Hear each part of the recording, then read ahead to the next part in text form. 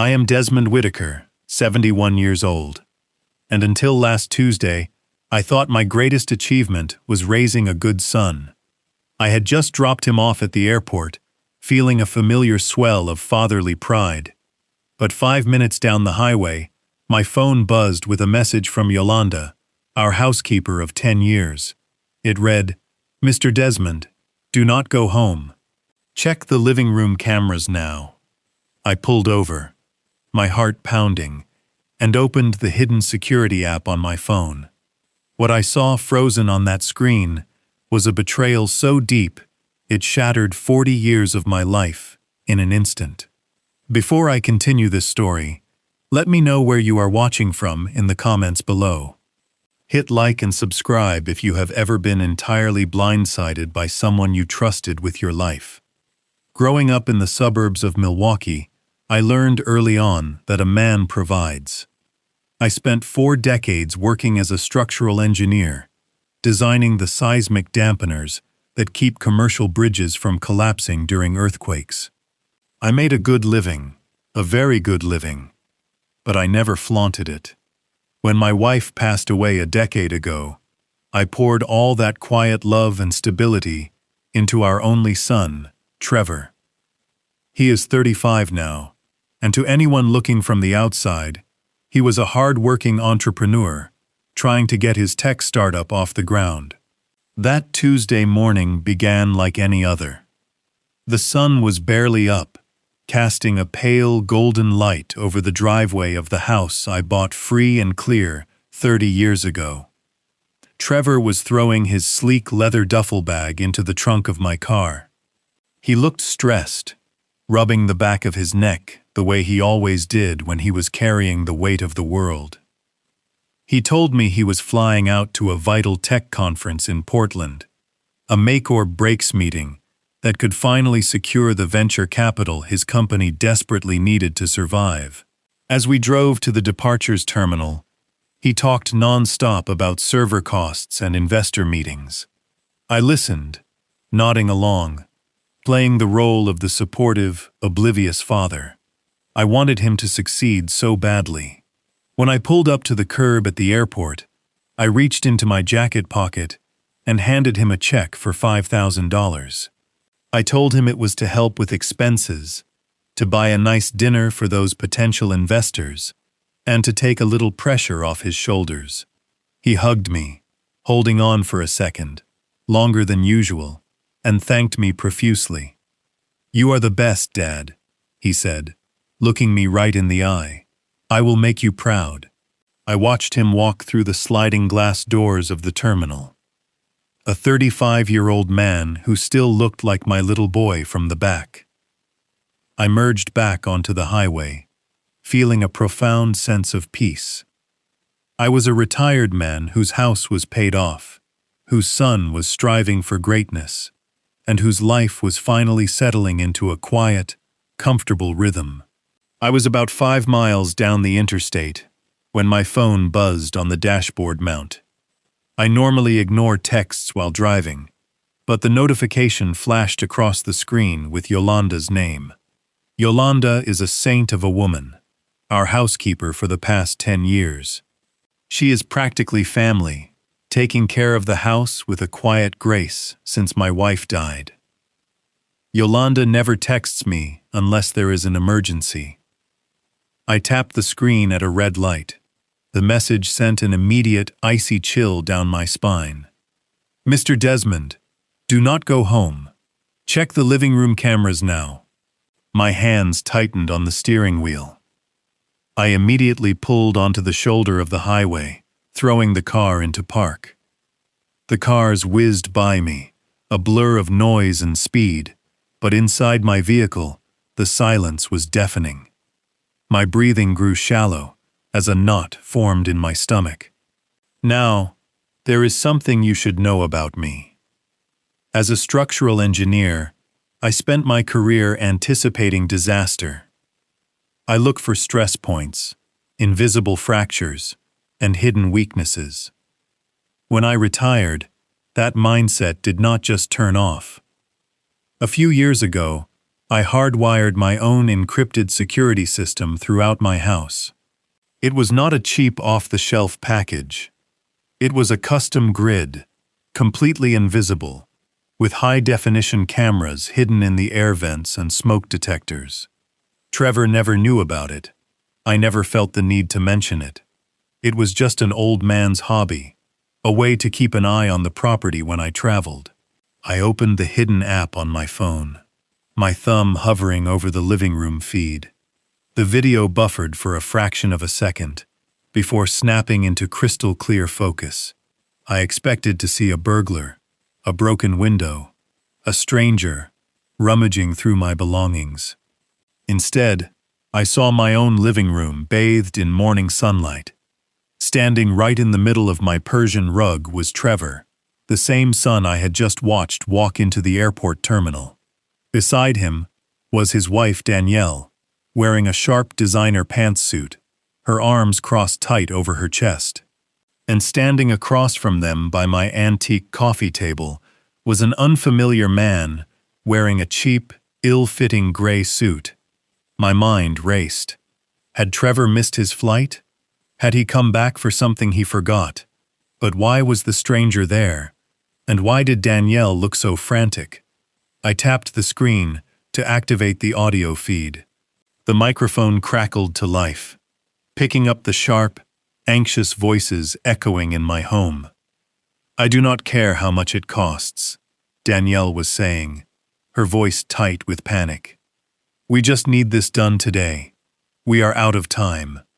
The man in the cheap suit dropped a thick stack of legal documents onto my coffee table.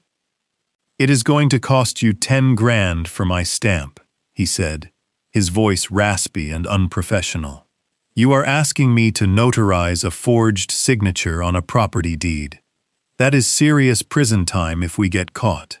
Trevor ran a hand through his hair, pacing the floor. "Just do it," he snapped. "I have been practicing his signature for 2 days. I can make it perfect." I sat in my car on the side of the highway, unable to breathe.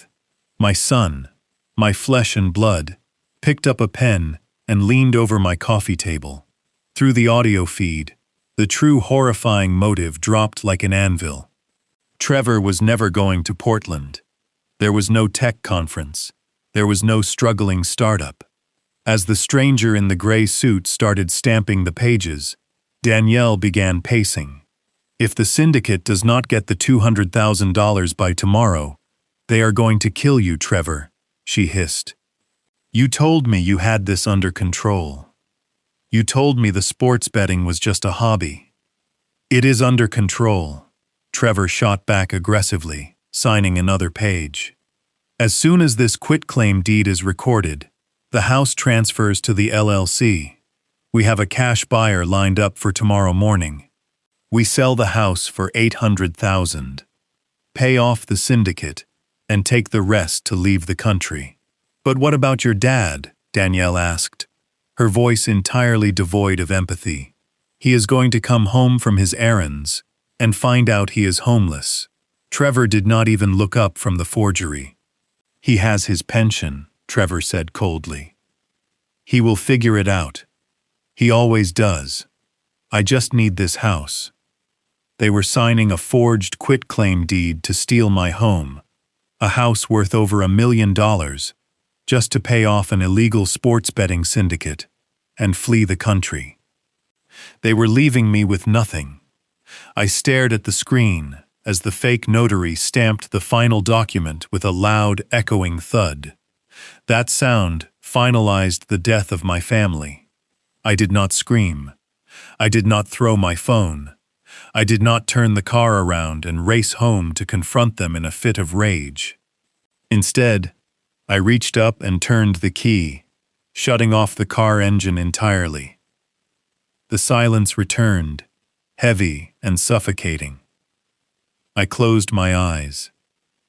For exactly 1 minute, I allowed myself to be a heartbroken father.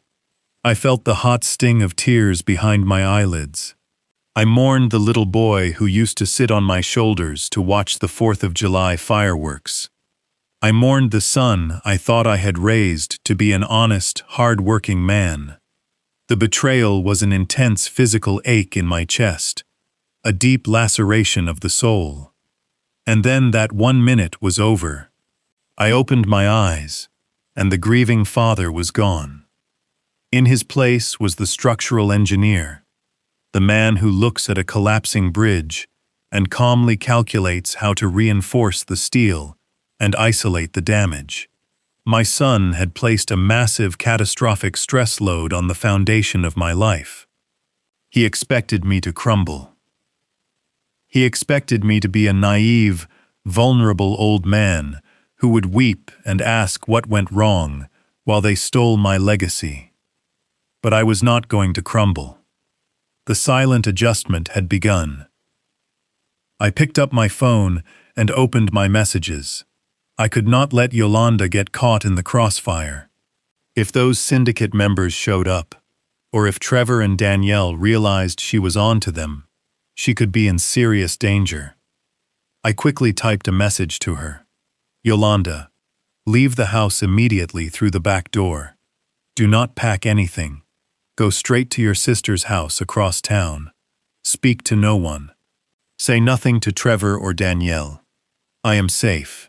I will contact you soon. I watched the camera feed until I saw the small, discreet figure of Yolanda slipping out the back kitchen door, vanishing safely down the alleyway. With my only ally secured, I turned the key and started my car. But I did not drive toward my house. I drove in the exact opposite direction. I stayed off the main highways, weaving through the suburban backroads until I reached the other side of the city. I found a run-down anonymous motel tucked away behind a dying shopping plaza. It was the kind of place that did not ask questions. I walked into the dingy lobby and paid for a room for an entire week, using only cash. I unlocked the door to my room, smelling the stale scent of cheap cleaning products and old carpet. I sat down at the small laminate desk in the corner, opened my laptop, and took a deep breath. Trevor and Danielle thought they had me perfect-boxed into a corner. They thought I was an old fool who only had a house and a modest pension to his name. But they did not know everything about me. They did not know about the patents. They did not know about my real finances. And they certainly did not know that by trying to bury me, they had just handed me the shovel. It was time to go to war. The motel room smelled of stale cigarette smoke and cheap pine cleaner. The curtains were drawn tight, blocking out the afternoon sun.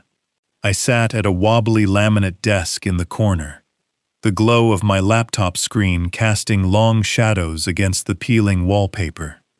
It was a far cry from the immaculate study I had curated over the last 3 decades. But right now, it was the safest place on earth.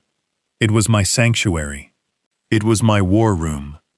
I opened my encrypted email client and initiated a secure voice protocol. I did not want my loc pinging off any cell towers near my actual home, just in case my son had suddenly gotten clever. I dialed a number I knew by heart. It rang twice, before a deep, familiar voice answered. "Malcolm," I said, keeping my tone perfectly level. "I need your immediate assistance." Malcolm has been my corporate attorney for almost 20 years. He is a man who deals in multi-million-dollar mergers, patent disputes, and corporate litigation. He is not a family lawyer. He does not handle domestic squabbles. But he knows me better than anyone else still living. And he knows that when I call him on a secure line in the middle of a Tuesday afternoon, the sky is falling. "Desmond," he replied, the casual warmth instantly vanishing from his voice. "What is the situation?" I did not waste time with pleasantries. I did not let my voice waver. I laid out the facts with the same icy precision I used to calculate load-bearing tolerances on suspension bridges. I told him about the hidden cameras, I told him about the stranger in the cheap gray suit stamping forged documents on my antique coffee table. I told him about the quitclaim deed, the plan to sell my house to a cash buyer by Friday, and the $200,000 debt to an illegal sports betting syndicate. For a long moment, there was absolute silence on the other end of the line. I could hear the faint sound of city traffic outside Malcolm's downtown office window. "Desmond," Malcolm finally said, his voice dropping an octave, "tell me you are not in that house. Tell me you are safe." "I am entirely off the grid," I assured him. "Yolanda is safe as well. I got her out before they knew she was there. But Malcolm, they are trying to record that deed tomorrow. They are going to transfer the title to a shell company, controlled by Danielle, take the cash, pay off the syndicate, and disappear. They think they are leaving me homeless and saddled with their mess." I could hear Malcolm typing furiously on his keyboard. His shock had already morphed into legal strategy. "This is not just a family dispute, Desmond. This is a massive federal crime. Wire fraud, forgery, extortion, and potentially a racketeering violation. If we can tie that fake notary to the betting syndicate, we need to call the authorities right now. We need to send patrol cars to your house." "No," I said sharply. "If we send the police right now, Trevor and Danielle will play the victims. They will claim they were pressured, that the syndicate forced them into it. They will cry and beg for mercy, and the real threat will just scatter into the wind. Furthermore, an attempted forgery is a slap on the wrist compared to a completed one." "What are you saying, Desmond?" "I am saying, we let them finish the paperwork," I replied. My heart beat steadily in my chest, a cold mechanical rhythm. "We let them think they have won. We let them try to hand that physical document to a government official or a syndicate buyer. Once they cross that line, there is no turning back. I want you to run a background check on that fake notary. I have his face on high-define video. Find out exactly who he works for. We are not just going to stop my son. We are going to dismantle the entire operation he brought into my home." Malcolm exhaled a long, heavy breath. "You are a terrifying man when you are angry, Desmond. I will have my team trace the notary within the hour. What are you going to do in the meantime?" I looked at my laptop screen, hovering over the login portal for my primary financial institution. "I am going to remind my son exactly whose world he lives in," I said. "I will speak to you shortly, Malcolm." I ended the call.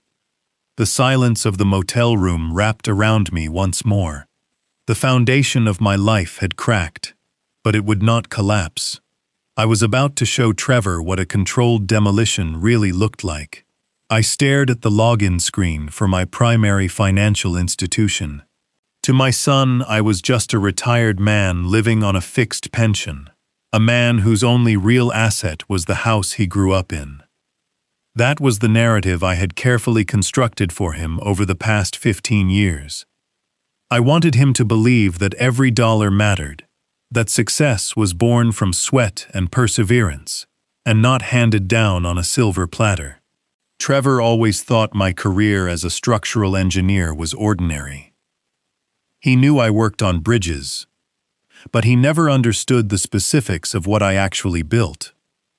He did not know that 30 years ago, I developed a revolutionary design for a seismic dampener. It was a specialized shock absorber that allowed massive concrete and steel structures to sway during an earthquake without shattering.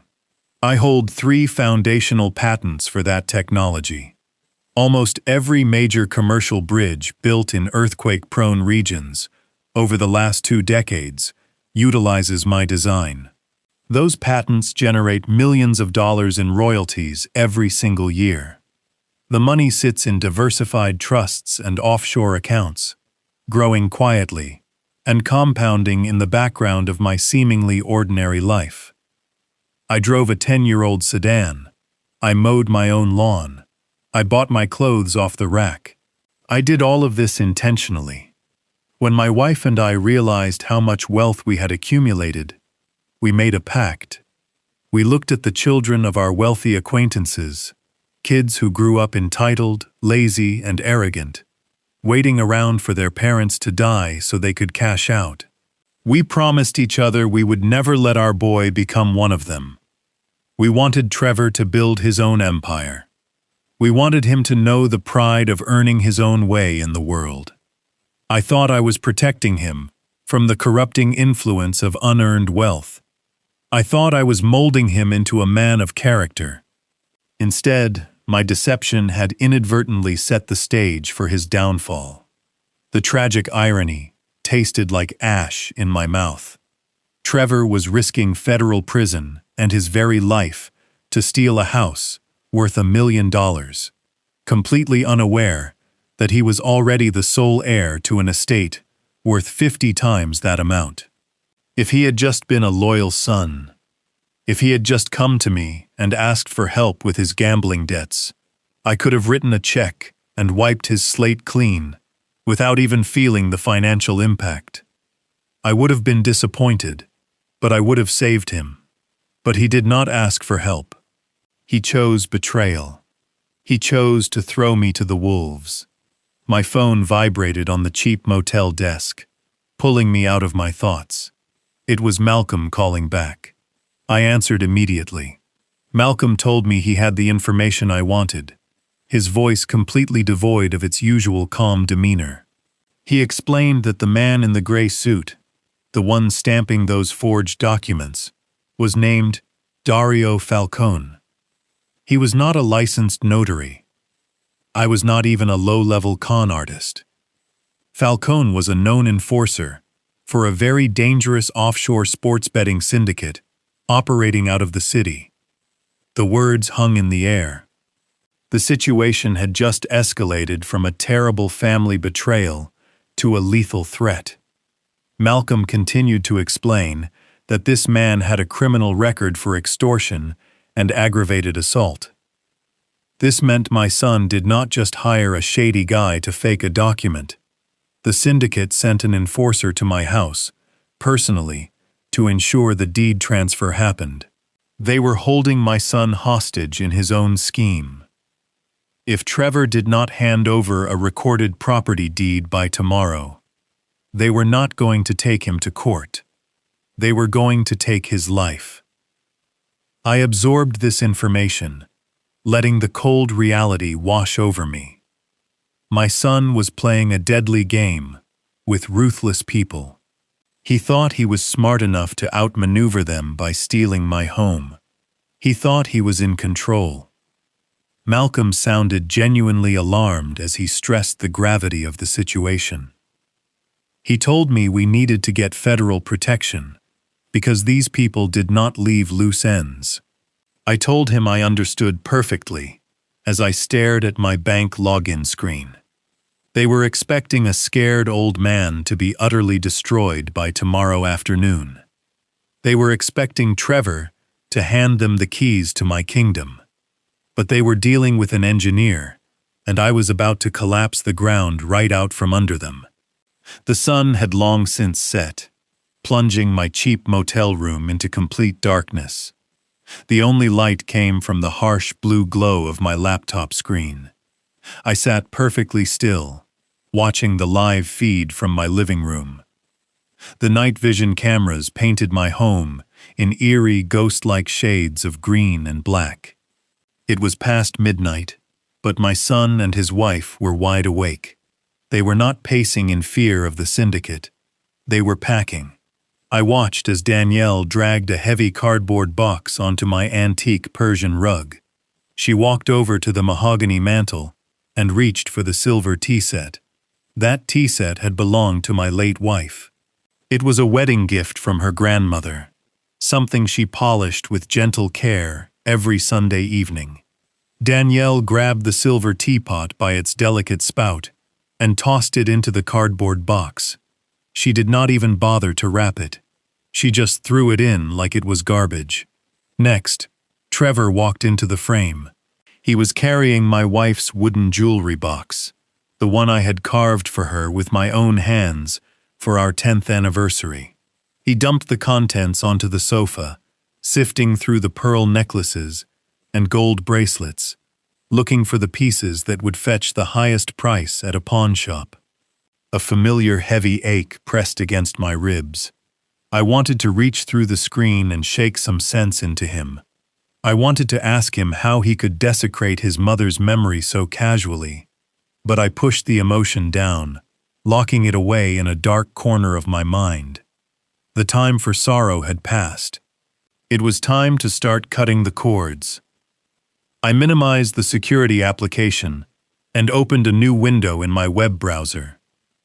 I navigated to my primary banking portal and typed in my complex login credentials. For years, I had secretly subsidized the extravagant lifestyle Trevor and Danielle enjoyed. I wanted to give them a comfortable foundation, while Trevor built his supposedly booming tech company. I had been paying the leases on both of their high-end luxury vehicles. Trevor drove a $90,000 imported sports utility vehicle, and Danielle drove a sleek European sedan. They thought the payments were automatically covered by a family trust fund I had set up. They never realized I was actively funding it month to month from my private accounts. I found the Auto Pay Management tab. I scrolled down to the vehicle lease agreements. With 2 simple clicks of my mouse, I canceled the scheduled payments. But I did not stop there. I completely unlinked my bank accounts from the dealership portal. The next time the leasing company tried to pull their exorbitant monthly fees, they would hit a solid brick wall. The cars would be flagged for immediate repossession. Then I moved to the credit cards. Danielle loved to project the image of a wealthy, successful wife.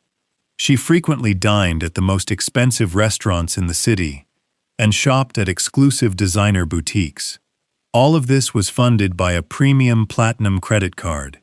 She believed the card was tied to Trevor's startup revenue. In reality, she was merely an authorized user on one of my highest limit personal accounts. I had given it to Trevor years ago for absolute emergencies. Danielle had slowly turned it into her personal piggy bank, and I had foolishly paid the massive balance every month to keep the peace. I clicked on the cardholder management page.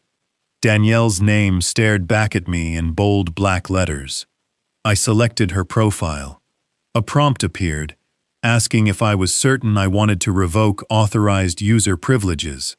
It warned me that the physical card in her possession would be deactivated immediately. I did not hesitate. I clicked confirm. Just like that, her financial life support was entirely severed. The plastic in her designer purse was now completely worthless. I brought the camera feed back up on my screen. Danielle was holding one of my wife's diamond brooches up to the light, smiling as she showed it to Trevor. They looked so triumphant, so completely certain that they had won the game. They had no idea that I had just pulled the plug on their entire fake reality. The digital traps were set. Tomorrow morning, when they tried to buy their moving supplies and run their errands, they were going to step right into a financial landmine.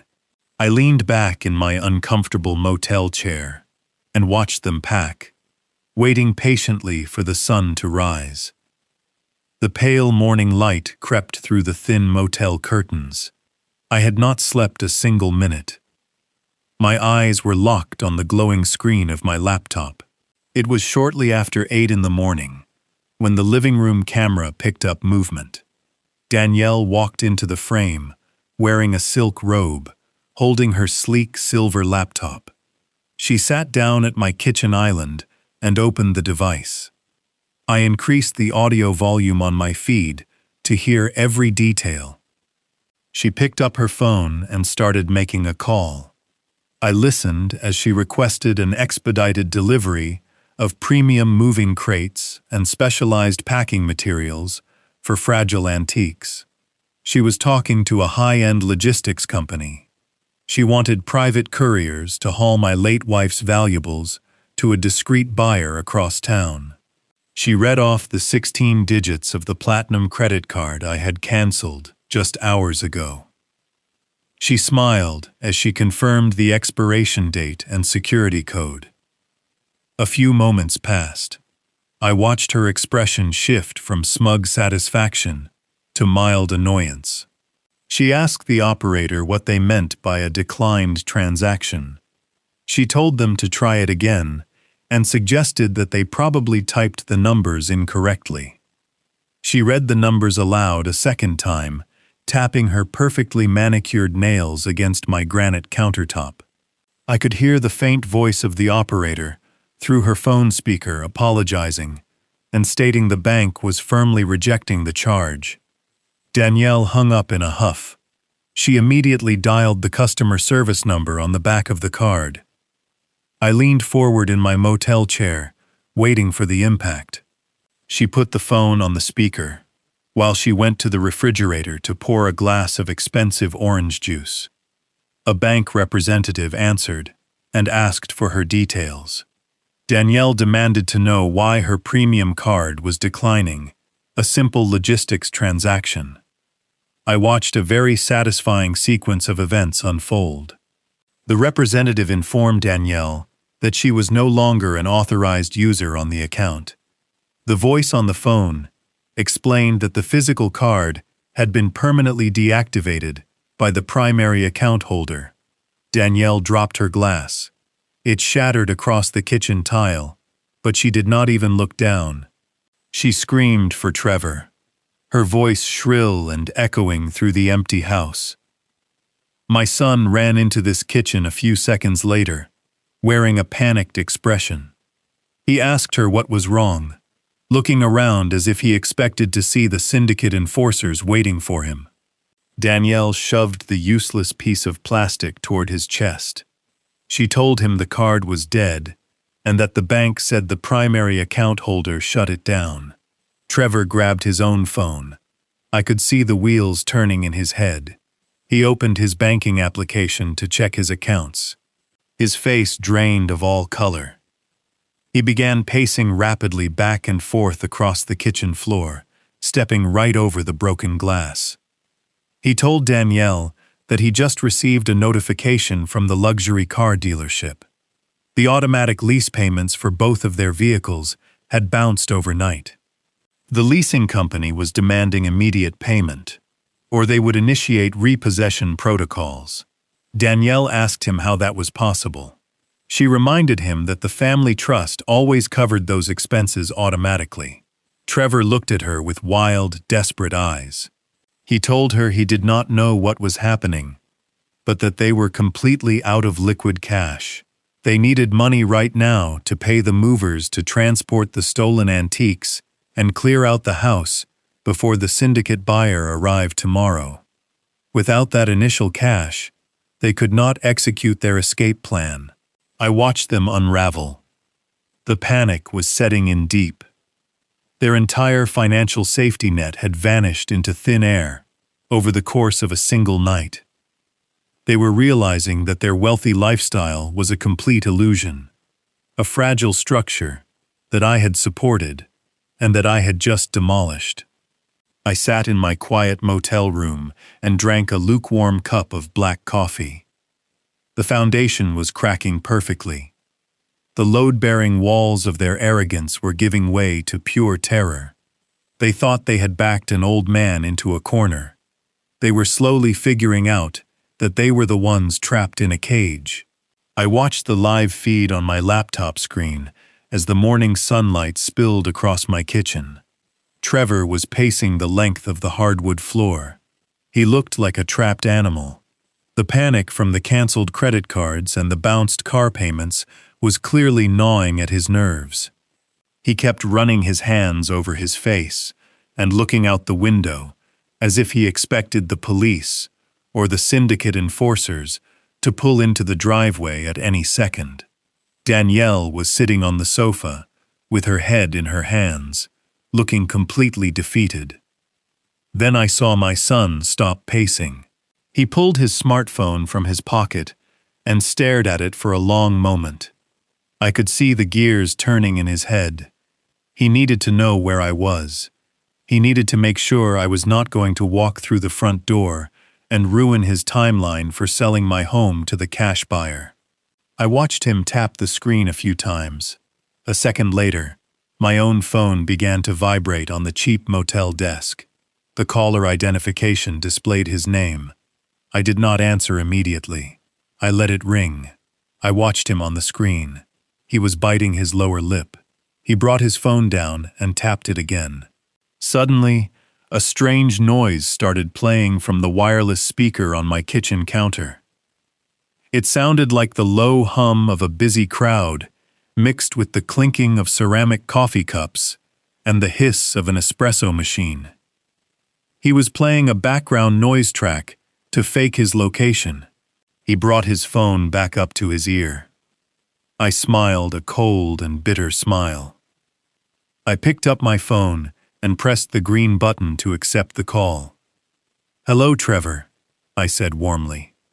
I made sure my voice sounded completely normal and entirely oblivious to his betrayal. "Hey, Dad," Trevor replied. His voice was artificially loud. He was practically shouting over the fake coffee shop noises playing from the speaker next to him. "I am so sorry for the background noise. I am at this crowded coffee shop right next to the convention center in Portland. It is absolutely packed with investors and developers today." "That is wonderful news, son," I told him. "It sounds like you are right in the middle of the action. How are the meetings going so far? Are you making good connections for your startup?" I watched him on the laptop screen as he spoke. He was pacing the kitchen again, running his free hand through his hair. His face was pale and slick with nervous sweat. "They are going great, Dad," he lied flawlessly. "Everyone is really excited about the platform. I actually have a big pitch with a venture capital firm in about 20 minutes, but I wanted to call and check on you first. You know, I always worry about you when I am out of town." The sheer audacity of his lie was staggering. He was standing in the home he was trying to steal from me, plotting to leave me homeless, and saddled with his massive gambling debts, and he had the nerve to pretend he was a caring son. I pushed the anger down and locked it away. I needed to play the fool perfectly. "I appreciate that, Trevor," I said softly. "But you do not need to worry about me. I am doing just fine." "That is good to hear," he said. His tone shifted slightly. He was trying to sound casual, but the underlying tension was obvious. "So, what are you up to today? Are you just relaxing around the house?" There it was, the fishing expedition. He was trying to pinpoint my exact location without raising any red flags. He needed to know if the house was clear for the syndicate members to arrive later. I leaned forward in my motel chair and stared directly at his face on my computer screen. "Actually, no," I replied cheerfully. "I decided to take a little spontaneous trip. Do you remember that old fishing cabin up by the lake? The one your uncle used to rent during the summer?" I saw Trevor stop pacing instantly. He stood perfectly still in the middle of my kitchen. "Oh," he said, his voice catching slightly. "The fishing cabin.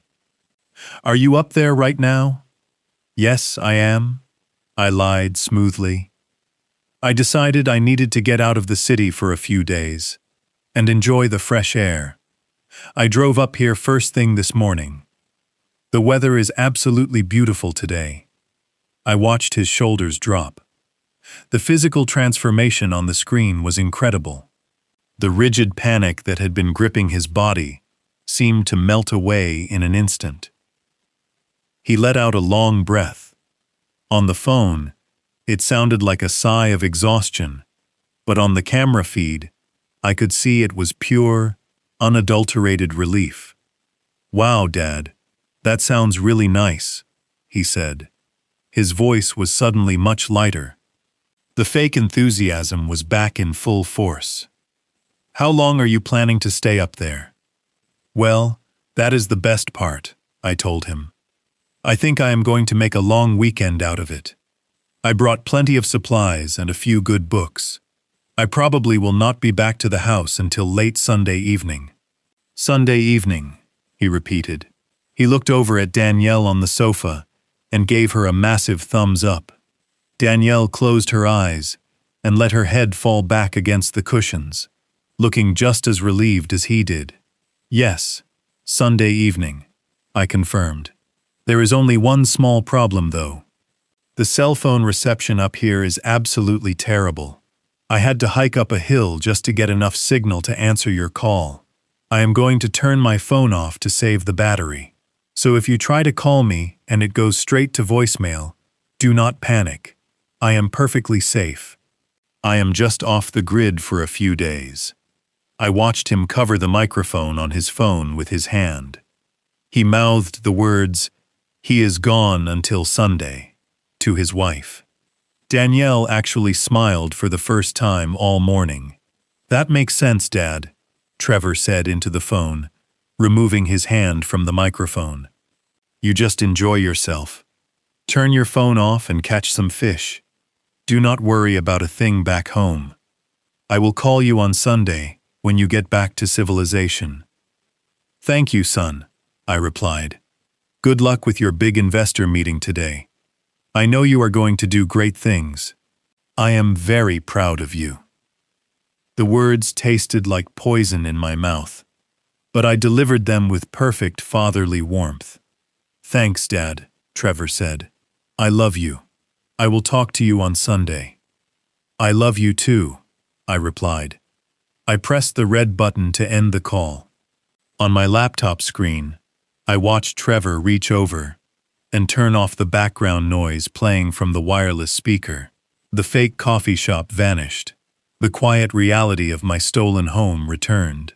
Trevor walked over to the sofa and pulled Danielle into a tight embrace. They were laughing now. The crushing weight of their anxiety had been lifted by my simple lie. They truly believed they had a completely clear runway to execute their criminal plan. They thought the old fool was safely tucked away in the woods, oblivious to the fact that his entire life was being sold out from under him. I sat back in my chair in the dim motel room and took a slow, deep breath. The trap was set. The bait had been taken. They had no idea that I was sitting just a few miles away, watching their every move and waiting for the perfect moment to drop the hammer. The atmosphere in my living room shifted the moment Trevor ended our phone call. They felt completely invincible. Danielle immediately grabbed her smartphone from the granite island, her confidence fully restored. I turned up the volume on my laptop to catch every word. She began pacing around my antique dining table, the one my grandfather built by hand, and dialed a local number. I listened as she spun a web of lies so effortlessly it made my stomach turn. She was calling a premium estate clearance and junk removal service. She told the dispatcher she needed an emergency whole house cleanout. She claimed she was handling the estate of an incapacitated relative who had just been moved to a permanent memory care facility. Hearing her describe me that way, as a mindless burden already disposed of, was a sharp sting. She told them to bring their biggest trucks, and that everything left in the house was garbage, to be hauled directly to the city dump. She scheduled the trucks to arrive in exactly 2 hours, offering to pay double for their expedited rush service. She hung up the phone and smiled at Trevor, bragging that the house would be completely empty by the time the cash buyers arrived tomorrow. I watched her drag my heavy leather armchair toward the center of the room, treating my entire life as mere debris. But she had made a massive tactical error. She had stated the name of the removal company, loud and clear on the phone. I opened a new tab on my laptop and quickly searched for the customer service number of the hauling company she had just contacted. I dialed the number from my cell phone. A polite dispatcher answered the line. I did not sound like an incapacitated old man locked away in a memory care unit. I sounded like the sharp, authoritative structural engineer that I am. I calmly explained that I was the legal owner of the property, and that the woman who just scheduled a massive cleanout was attempting to commit property theft. The dispatcher was understandably confused and hesitant. I provided my full name, the exact property address, my parcel identification number, and the latest utility account details. I told him I had high-definition security cameras actively recording my living room, and that if his trucks pulled into my driveway, I would have his entire company indicted as accessories to grand larceny. I spoke with absolute unwavering certainty. The dispatcher immediately panicked. He apologized profusely, promising me the trucks would be turned around right away, and that his crew would not set foot on my property under any circumstances. I thanked the man, ended the call, and leaned closer to my glowing screen. Now, the real psychological warfare would begin. Back in my living room, Danielle and Trevor were busy staging the furniture for destruction. They dragged my heavy oak bookcases away from the walls, sweating and panting under the weight. They piled decades of my cherished memories into the center of the floor. They were working so incredibly hard to dismantle my home, completely unaware that their strenuous efforts were entirely useless. 2 hours crept by. The grandfather clock in the hallway chimed the hour. Danielle stood by the front window, peering out through the heavy wooden blinds. She tapped her foot against the hardwood floor with growing impatience. 10 minutes passed, then 20 minutes. The smug satisfaction on her face slowly dissolved into deep irritation. She complained to Trevor that the haulers were late, whining about how impossible it was to find reliable help on such short notice. After 45 minutes of agonizing waiting, Danielle completely lost her temper. She snatched her phone off the kitchen counter and dialed the removal service again. I watched her press the phone to her ear, pacing a frantic circle around the mountain of my displaced furniture.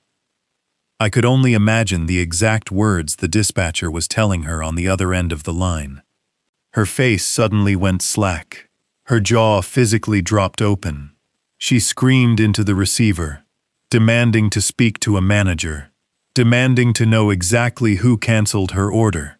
But whatever the dispatcher said next made her freeze in her tracks. She slowly lowered the phone, her hands shaking violently.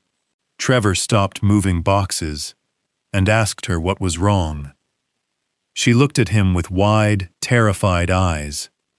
She told him the company canceled the trucks because the actual homeowner called them directly and threatened them with police action. The psychological impact was immediate and utterly devastating. Trevor backed away from her, his breathing turning rapid and shallow. He asked how that was even possible. He reminded her that they had just spoken to me, and that I was completely off the grid at a remote fishing cabin with terrible reception. Danielle began looking frantically around the room. Her eyes darted to the corners of the ceiling, searching the air vents and smoke detectors for hidden observers. The invisible walls of their perfect crime were suddenly closing in on them.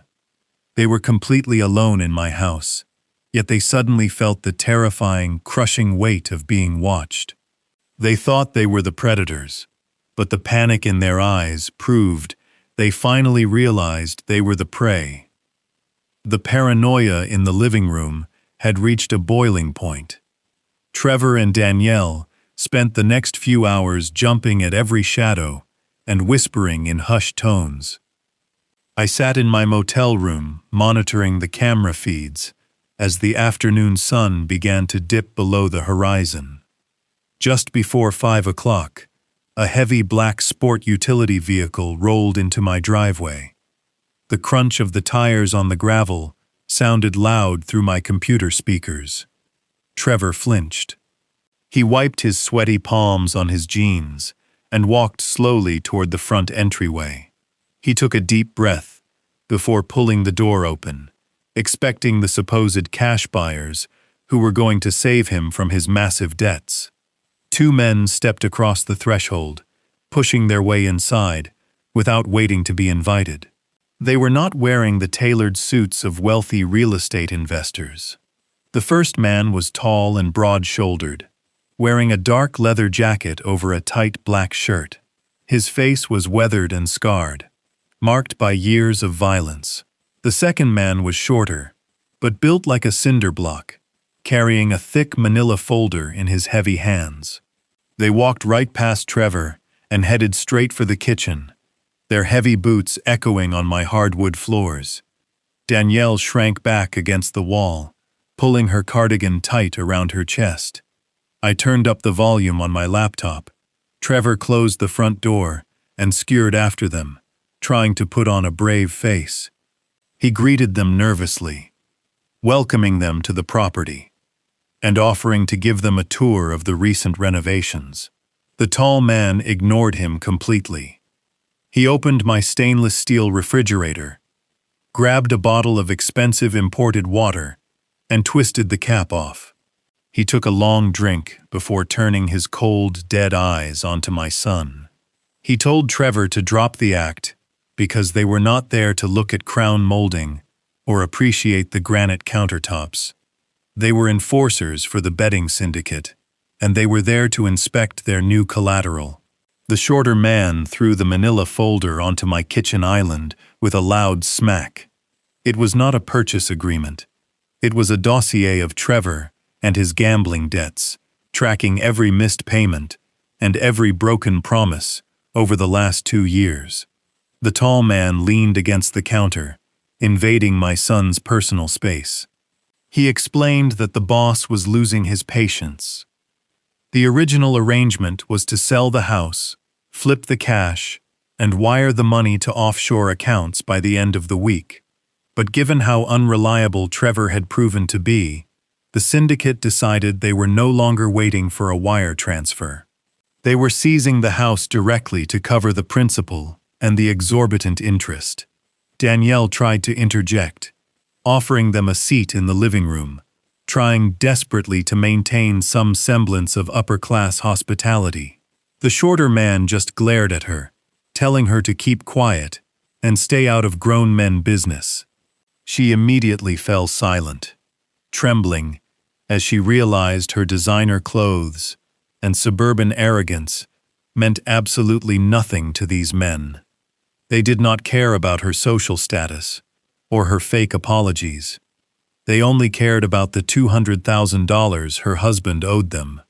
Trevor began to stutter, his voice cracking as he tried to explain that the forged quitclaim deed was almost ready.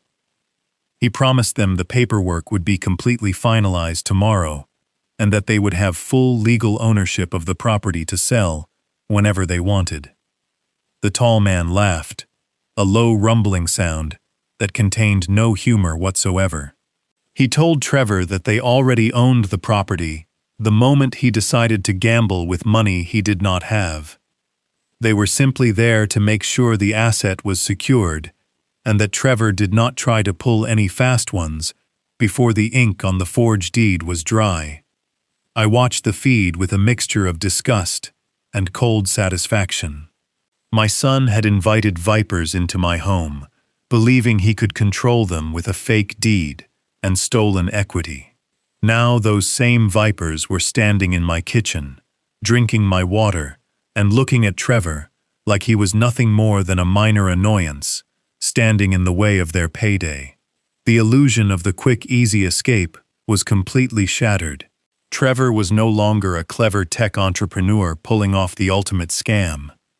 I was a desperate man trapped in a kitchen with violent criminals who owned his life.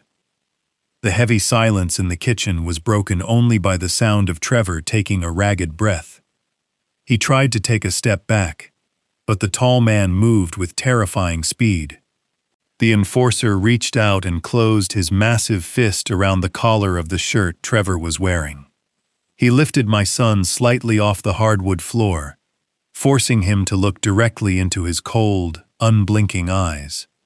I watched the live feed on my laptop, feeling a complex knot of dread and grim realization tightening in my chest. My son was completely helpless against the monsters he had invited into my home. The tall man spoke in a low rumble that carried perfectly through the hidden microphones. He told Trevor that the syndicate was completely done with excuses and delays. He explained that playing games with their money was a fatal mistake. The enforcer leaned in close and delivered the final ultimatum. He said the forged property deed needed to be fully processed and officially recorded by the county clerk no later than 5 o'clock on Friday afternoon. If the deadline passed and the money was not secured, Trevor would pay the debt with his life. It was not a negotiation. It was an absolute lethal promise. Trevor turned a ghastly shade of gray. He clawed weakly at the massive hand holding him up in the air, but he was completely overpowered. He stammered out a pathetic agreement, swearing that the paperwork would be flawless and that the house would be theirs by Friday. The enforcer simply scoffed. He dropped Trevor back onto his feet with a rough shove. Trevor stumbled backward and crashed against the granite countertop, gasping for air as he rubbed his bruised neck. The shorter man tapped his thick fingers against the manila folder on the kitchen island. He told Trevor that a simple promise was not going to be enough. He said they needed a guarantee right now to ensure Trevor did not try to pack a bag and disappear in the middle of the night. He demanded an immediate down payment, something of substantial value to hold them over until the house was officially transferred. Panic erupted across the face of Danielle. She knew their bank accounts were entirely frozen, and their credit cards were completely useless. They had absolutely no cash to offer these dangerous men. I watched her look around the kitchen, her eyes wide with terror, as the enforcers began to step closer to her husband. The tall man cracked his knuckles, producing a sharp snapping sound that echoed through the quiet house. Danielle threw her hands up in surrender. She blurted out that they had something highly valuable hidden in the house. She told the men that my late wife and I kept a secret floor safe concealed beneath the heavy rug in the den. My heart skipped a beat as I sat in my motel room, listening to her words. Danielle had invaded the most private spaces of my home while I was gone. She explained that she had rummaged through my locked office drawers and found a piece of paper with the combination written on it. She pleaded with the men, offering the contents of the safe as temporary collateral to buy them the time they desperately needed. She swore that the safe was filled with gold coins, rare family heirlooms, and stacks of emergency cash. She promised it would be more than enough to satisfy the syndicate until Friday afternoon. The two enforcers stopped moving. They exchanged a long, calculating look. The tall man nodded slowly and told Danielle to show them the money. Danielle let out a shaky breath of relief, completely unaware of the trap she was about to spring. She believed she had just saved their lives by bartering away my most prized possessions. She reached out and grabbed Trevor by the arm, pulling him away from the kitchen counter. They led the two enforcers down the hallway toward the den. I watched them walk out of the camera frame, feeling a profound sense of anticipation. They were marching straight toward the ultimate revelation. They thought they were buying themselves an extra 48 hours of freedom. They had absolutely no idea that I had already emptied that safe, leaving them with absolutely nothing to trade. The camera feed shifted as the group moved from the kitchen into the main hallway. I watched them march past the family portraits hanging on the walls. Those framed photographs captured decades of false memories. There was a picture of Trevor graduating from college, smiling brightly, and looking like a man with a bright future. The two enforcers walked right past it, their heavy boots thudding against the polished oak floorboards. Danielle was leading the way, her pace frantic and unsteady. She kept looking over her shoulder to make sure the men were following her. Trevor trailed behind them, dragging his feet like a condemned prisoner walking toward the gallows. He was sweating profusely and running his trembling hands through his hair. They reached the heavy wooden doors of my private den. This room was my absolute sanctuary. It was the place where I drafted my engineering designs, and where my late wife used to sit in her burgundy leather armchair, reading novels by the fireplace. It was a space I kept meticulously clean and organized. Danielle pushed the double doors open without a shred of hesitation.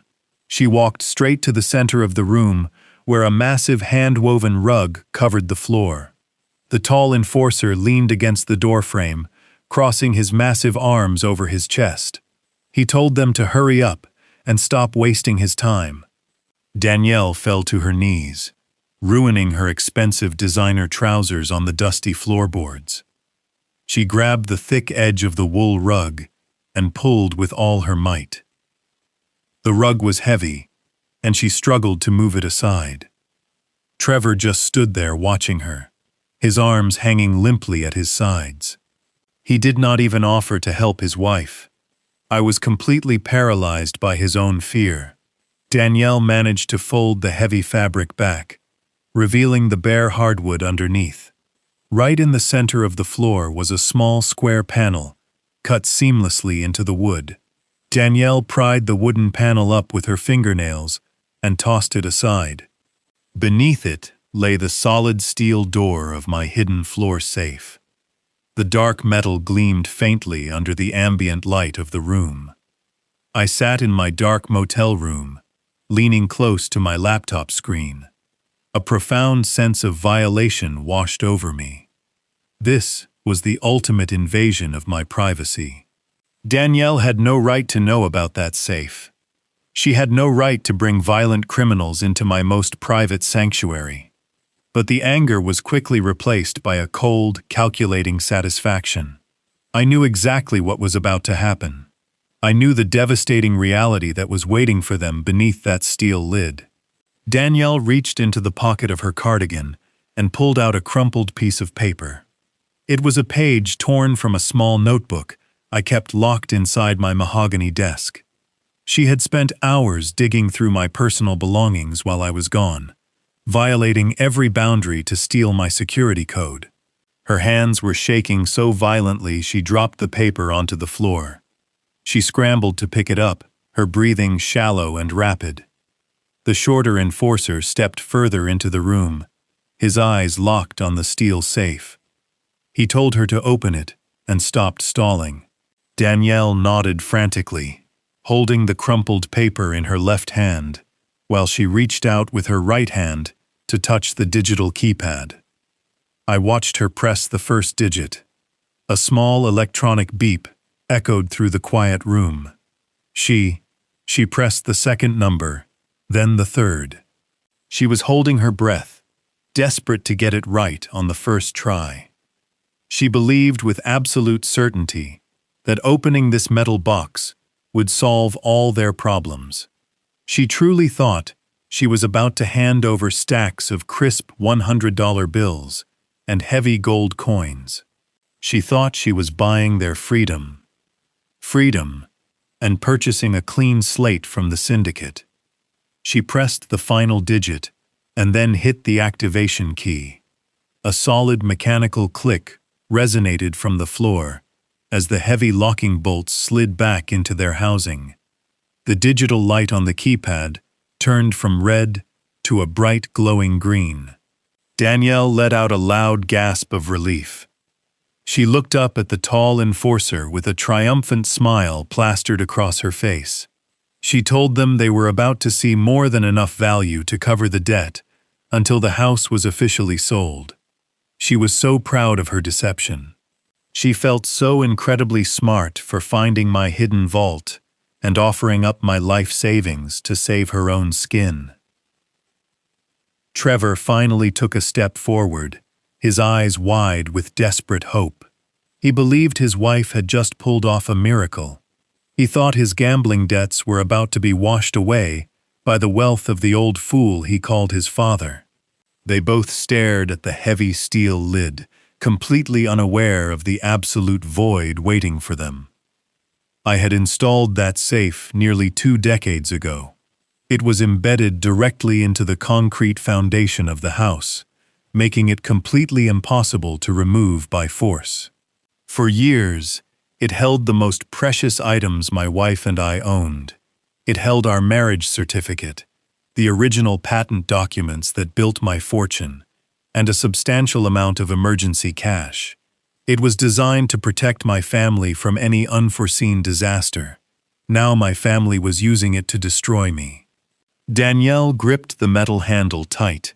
The muscles in her arms strained as she prepared to heave the heavy door upward. The tall enforcer took a step closer, his heavy boots creaking against the floorboards. He leaned over, looking down at the metal square with obvious greed in his eyes. The shorter man stood by the doorway, keeping a silent watch to ensure no one tried to run. The tension in the den was absolute and suffocating. Trevor was practically vibrating with nervous energy. He wiped the sweat from his forehead and told the men they were going to be very happy with what they saw. He promised them the highest quality valuables, promising them everything I had worked my entire life to build. Tire. I watched her fingers whiten as she pulled upward. The heavy steel door groaned on its hinges. The green light on the keypad cast a faint glow against the dark metal. Danielle had a look of absolute salvation on her face. She truly believed she had outsmarted everyone. She believed she had outsmarted the syndicate, and she believed she had outsmarted me. I leaned back in my chair and watched the live feed, feeling nothing but cold justice. She was opening the door to her own complete destruction. The heavy steel door groaned as Danielle heaved it backward. It hit the hardwood floor with a dull. She leaned forward eagerly, expecting to see the glimmer of gold coins and thick stacks of emergency cash. Trevor crowded in right beside her, his breath catching in his throat. The tall enforcer took a step closer, looking down into the cavity in the floor. The vault was completely dark and utterly empty. There were no Vel stacks of $100 bills. The only thing sitting at the bottom of the cold metal box was a single bright yellow sticky note. I sat in my motel room and watched the absolute devastation wash over their faces. I remembered the morning I left for the airport. I had instructed Yolanda to empty the entire safe. She packed the gold and the cash into a heavy duffel bag and secured it in the trunk of my car before I even woke Trevor up. The safe had been empty for days. Danielle stared into the dark hole as if her brain simply refused to process the image. She reached her hand down into the empty space, feeling the bare metal walls. She frantically patted the bottom, hoping there was a hidden compartment. She kept whispering that it made no sense and that the money had to be there. Trevor fell to his knees beside her. He looked at the single yellow sticky note resting on the cold steel. It was completely blank.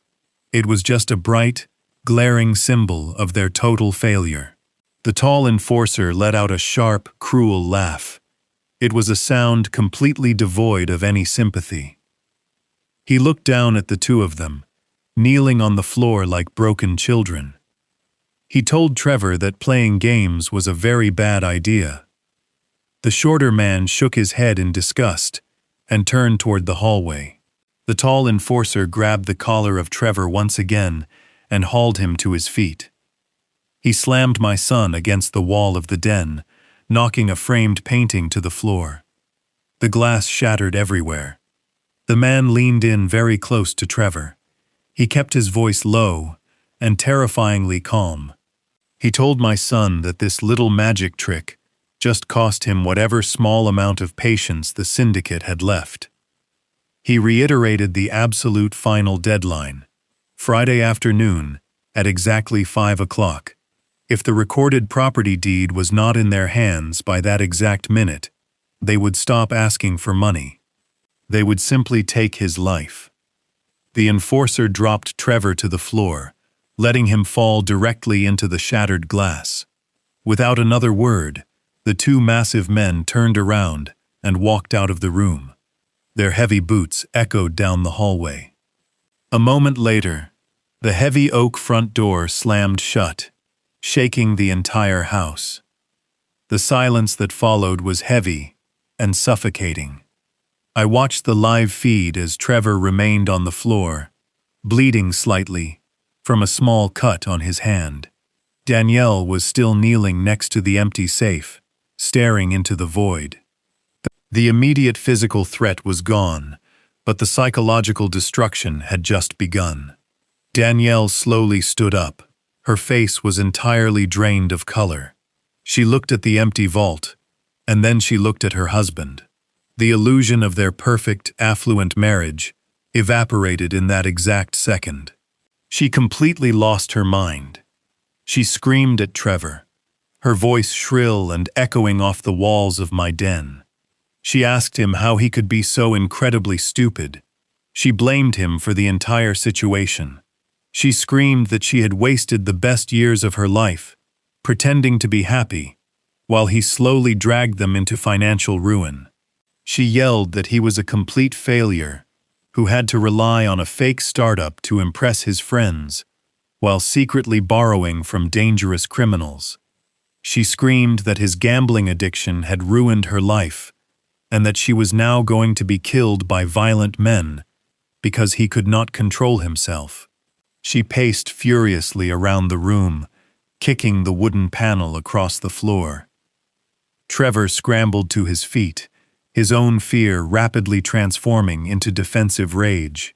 He shouted right back at her. He threw his hands in the air and roared that she was nothing but a greedy parasite. He shouted that she never supported his actual work and only cared about the image they projected to the neighborhood. He reminded her that she was the one who happily spent all the money he brought home. He screamed that she never once asked where the funds were coming from, as long as she could buy her designer clothes and eat at luxury restaurants. He pointed a shaking finger at her and yelled that she was just as guilty as he was. He told her she was the one who pushed him to forge the deed, and she was the one who confidently promised the syndicate the contents of a safe she knew absolutely nothing about. Danielle screamed that she was packing a bag and leaving him to face the syndicate alone. She said she would go to the police and tell them he forced her into the forgery. Trevor laughed, a harsh, desperate sound, and told her that the enforcers already knew her face and her name. He told her there was absolutely nowhere she could hide, because she was completely tied to his debt. Now he yelled that the police would never believe her, because her signature was already on the intent documents, and she was the one caught on the security footage, letting the criminals inside the house. Danielle covered her face with her hands and began to sob uncontrollably. She sank down onto my leather sofa, curling into a tight ball of pure despair. Trevor turned his back on her, kicking the shattered picture frame across the room. He leaned against my heavy wooden desk, gasping for air as tears of panic streamed down his face. They were completely trapped. The money was gone. Their credit was destroyed. The syndicate was waiting. Their marriage was entirely broken. They had turned on each other the moment the pressure became too great. I sat back in my chair, in the quiet motel room, feeling a cold sense of absolute finality. The structural integrity of their lives had completely collapsed. There was no foundation left to save them. The following morning, I left the cheap motel and drove into the heart of the city. I parked my car in the secure underground garage of Malcolm Corporate Law Firm. We were not going to a public police precinct. The syndicate had eyes everywhere, and we could not risk a leak. Malcolm had arranged a highly classified meeting in his private conference room on the 42nd floor. When I walked into the room, the atmosphere was heavy with anticipation. Malcolm was standing by the massive mahogany table. Sitting across from him was the district attorney, a sharp woman with piercing eyes who had built her career taking down organized crime rings. Next to her sat two veteran fraud detectives in plain suits. They looked at me with a mixture of curiosity and professional skepticism. They were used to panicked victims coming to them with fragmented stories and missing money. They were not used to someone like me. I did not offer a tearful plea for help. I unzipped my leather briefcase and pulled out a solid-state hard drive. I placed it gently in the center of the polished wooden table. It was a small device, but it carried the weight of an atomic bomb. I looked directly at the district attorney and told her that on that drive, she would find exactly 48 hours of uninterrupted high-define video and pristine audio. I explained that the footage detailed a multi-layered criminal conspiracy taking place inside my own home. I told them they would see clear evidence of wire fraud and the attempted forgery of a property deed. But more importantly, I told them they would see crystal-clear footage of two known syndicate enforcers committing felony extortion and threatening a man with murder. The detectives exchanged a quick glance. One of them pulled a laptop from his bag and connected the hard drive. I gave him the decryption key. A moment later, the massive flat-screen monitor on the conference room wall flickered to life. I directed them to a specific timestamp from the previous afternoon. The room fell dead silent as the video played. The visual clarity was absolute. The audio was so crisp that you could hear the heavy boots of the enforcers squeaking on my hardwood floors. The district attorney leaned forward, resting her hands on the table as she watched the tall enforcer lift my son off the ground by his collar. She heard the exact words the man used to threaten Trevor with death if the forged deed was not recorded by Friday at 5 o'clock. She saw the shorter man throw the dossier of gambling debts onto my kitchen island. Malcolm pointed to the screen and informed the detectives that they had already identified the fake notary from the earlier footage. He told them the man was Dario Falcone, a known associate of the offshore betting syndicate they had been trying to build a case against for years. The lead detective paused the video and looked at me. His skepticism was completely gone. It was replaced by a look of sheer disbelief and genuine respect. He told me that people spend years wearing hidden wires and risking their lives to get a fraction of the evidence I had just handed them on a silver platter. He asked me how I managed to capture such flawless footage without the syndicate sweeping the house for bugs. I told him that I spent my entire career as a structural engineer, building systems designed to withstand catastrophic failure. I explained that I hardwired the cameras directly into the internal framework of the house years ago. There were no wireless signals to intercept and no batteries to die. It was a closed-loop system that recorded directly to a secure server. I told them that my son thought I was just an ignorant old man, but he had unknowingly turned my living room into the most heavily surveilled room in the city. The district attorney closed her notebook and stood up. She looked at the frozen image of the enforcers on the screen, and then she looked at me. She said this was a prosecutor dream. She told me they had enough evidence to issue arrest warrants right now. She said they could send a tactical team to pick up Trevor, Danielle, and the enforcers before the afternoon was over. I shook my head. I looked at the district attorney and told her that arresting them right now was not the plan. I explained that if we arrested Trevor and Danielle today, they would hire expensive defense attorneys. They would claim they acted under extreme duress. They would cry in front of a judge and say the syndicate forced them to forge the documents to save their own lives. They would paint themselves as victims of circumstance rather than the architects of their own greed. I looked at the detectives and told them I did not want my son to get a plea deal. I wanted the syndicate dismantled, and I wanted Trevor and Danielle to face the maximum federal penalties for what they had set in motion. I reminded them that the enforcer gave a strict deadline, Friday at 5 o'clock. The syndicate wanted a recorded quitclaim deed handed over to them. The district attorney narrowed her eyes, understanding my logic perfectly.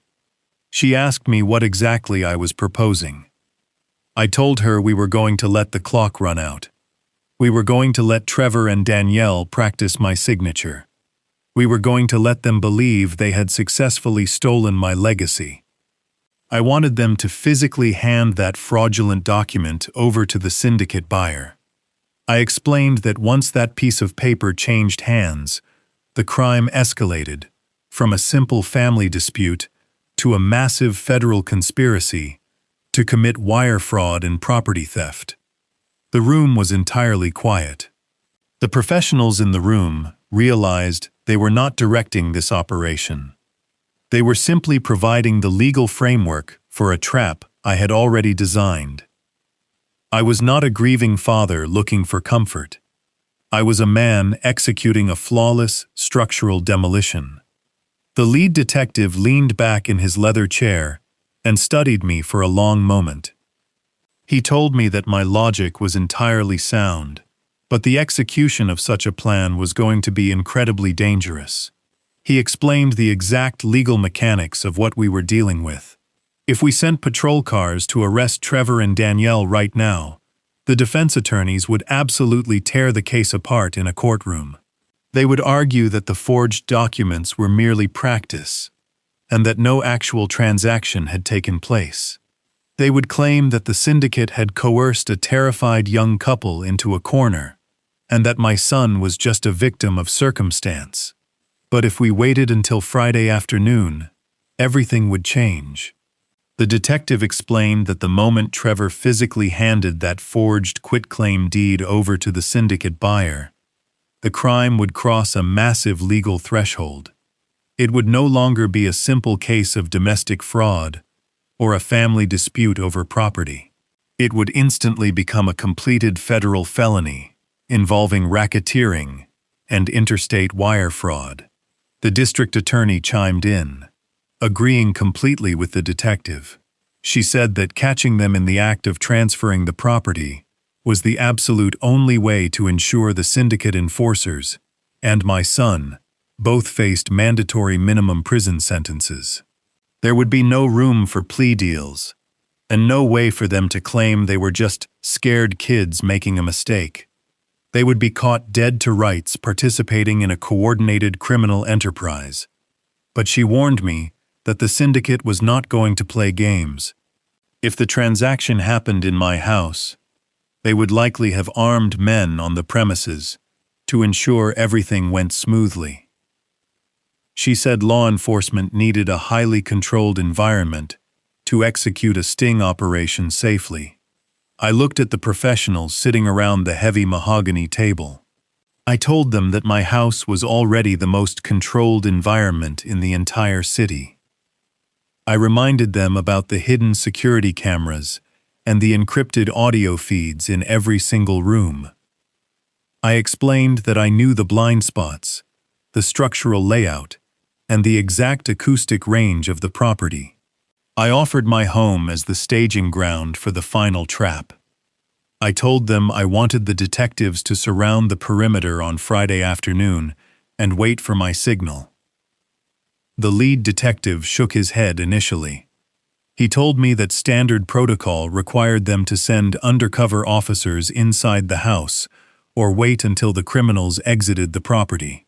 He said, having a civilian inside during a live sting operation with known syndicate enforcers was a massive liability. He warned me that if things went wrong, the violence could escalate in a matter of seconds. I stared right back at him without blinking. I told him that I was not just a civilian. I was the homeowner, and I was the primary victim. I explained that Trevor and Danielle needed to be completely relaxed and confident to hand over that deed. If they saw a stranger or suspected a police presence, they would panic and destroy the documents. I laid out my final condition. I told them that I was going to walk through the front door of my own home right in the middle of their celebration. I wanted to be the one to look my son in the eye when his entire world collapsed. I wanted him to know exactly who dismantled his criminal empire. I told the district attorney that I would wear a listening device if it made them feel better, but I was going to be standing in that dining room when the deed changed hands. Malcolm stepped in and vouched for me. He told the district attorney that I was a man of my word, and that if I said I could keep my composure under extreme pressure, they could take it to the bank. The room fell silent again as the detectives weighed the risks. Finally, the lead detective nodded slowly. He agreed to the terms. He said they would set up a tactical perimeter 3 blocks away and stage plane officers in unmarked vans right outside my driveway. They would monitor the live camera feeds from a mobile command center and wait for the exact moment the deed was transferred. I thanked them for their time and stood up from the table. The meeting was over, and the federal bait was officially set. I walked out of the conference room and took the elevator down to the underground parking garage. As I drove back to my motel, my hands were perfectly steady on the steering wheel. I was about to drop the hammer on my own flesh and blood. I knew it was going to be the hardest thing I ever had to do, but there was absolutely no hesitation left in my heart. The structural integrity of our family was already gone. I was just arriving to clear the debris. The grandfather clock in the hallway chimed 4 times. It was Friday afternoon, and the golden sunlight was streaming through the large bay windows of my dining room. I sat perfectly still in the back of an unmarked police van parked 3 blocks away, watching the live feed on my tablet. The tactical team was holding their breath right along with me. Inside my house, the atmosphere was a sickening mix of relief and unearned victory. Trevor and Danielle were sitting at my antique mahogany dining table. Across from them sat the fake Dario Falcone and the tall syndicate enforcer who had threatened my son just 2 days prior. They were no longer screaming or throwing threats. They were celebrating. Danielle had gone into my private study and unlocked the glass liquor cabinet. She pulled out a bottle of 20-year-old single malt scotch that I had been saving for a special occasion. She placed 4 of my heavy crystal tumblers on the table and poured generous measures of the amber liquid into each glass. She handed the first glass to the tall enforcer with a completely sickening smile of submission and false confidence. She was playing the role of the wealthy suburban hostess, completely ignoring the fact that she was serving stolen liquor to a violent criminal in a stolen house. Trevor picked up his glass and let out a long, shaky breath. He looked terrible. His eyes worsened, and his clothes were rumpled from days of pure panic. But a manic grin was slowly spreading across his face. He actually raised his glass to the enforcer and offered a toast to successful business transactions. The sheer audacity of his words made my blood run cold. I was raising a glass to the men who had threatened to end his life, acting as if they were corporate partners, closing a legitimate deal. The tall enforcer did not smile. He took the crystal tumbler and swallowed the expensive scotch in a single gulp, treating it like cheap well liquor. He set the glass down on my polished wooden table without a coaster. He looked at Trevor and told him to save the speeches. He reminded my son that the celebration was entirely premature until the physical paperwork was fully executed and the property was legally in the hands of the syndicate. Danielle quickly chimed in, eager to please the dangerous men in her dining room. She assured them that everything was absolutely perfect. She bragged about how she had personally expedited the paperwork and handled all the logistical hurdles to ensure the title transfer would go through the county clerk without a single red flag. She took a delicate sip of her scotch, leaning back in my upholstered dining chair, as if she already owned the entire estate. Trevor nodded along, wiping a bead of sweat from his forehead. He began to boast about his own cleverness. He told the enforcer that the old man was still completely off the grid, sitting in a remote cabin without any cell service. He laughed as he recounted our phone call, bragging about how easily he had fooled me into thinking he was at a tech conference in Portland. He told the men that I was so incredibly gullible, I practically handed him the keys to the kingdom without asking a single question. Listening to him gloat was a profound exercise in self-control. He was so incredibly proud of his deception. He truly believed his intellect was vastly superior to mine. He thought his quick thinking had saved him from the syndicate and secured his escape to a foreign country. He had absolutely no idea that he was a puppet dancing on strings that I had tied. The fake notary opened his cheap briefcase and pulled out the final stack of documents. He sprout across the mahogany table, aligning the edges with meticulous care. He pulled a heavy black stamp from his bag and set it next to the paperwork. He looked at Trevor and told him it was time to finish the job. He instructed my son to sign exactly where the yellow tabs were placed, ensuring the forged signature matched the practice sheets they had prepared perfectly. Trevor set his glass of scotch down next to the paperwork. He rubbed his hands together and picked up a heavy gold pen that he had stolen from my home office. He hovered the pen over the signature line. The fake notary told him to take a deep breath and make it look completely natural. The enforcer leaned forward, resting his elbows on the table, watching Trevor with absolute intense focus. Danielle reached out and placed her hand over her husband's shoulder, offering him a silent word of encouragement. They were entirely united in this final act of destruction. They believed that once that ink dried on the paper, they would be completely free of their debts and free of their obligations to me. They thought the worst days of their lives were officially behind them. They were completely wrong. The worst day of their life had not even begun yet. I watched from the screen as Trevor lowered the pen to the paper, preparing to cross the ultimate legal threshold. Trevor stared down at the crisp white pages resting on the polished mahogany. The gold pen in his hand was trembling so violently he had to press his other hand against his wrist just to steady it. He took a slow, shuddering breath. The heavy silence in the dining room pressed against him from every side. He picked up a stray piece of scrap paper that Danielle had slid next to the official documents. He needed one last practice run.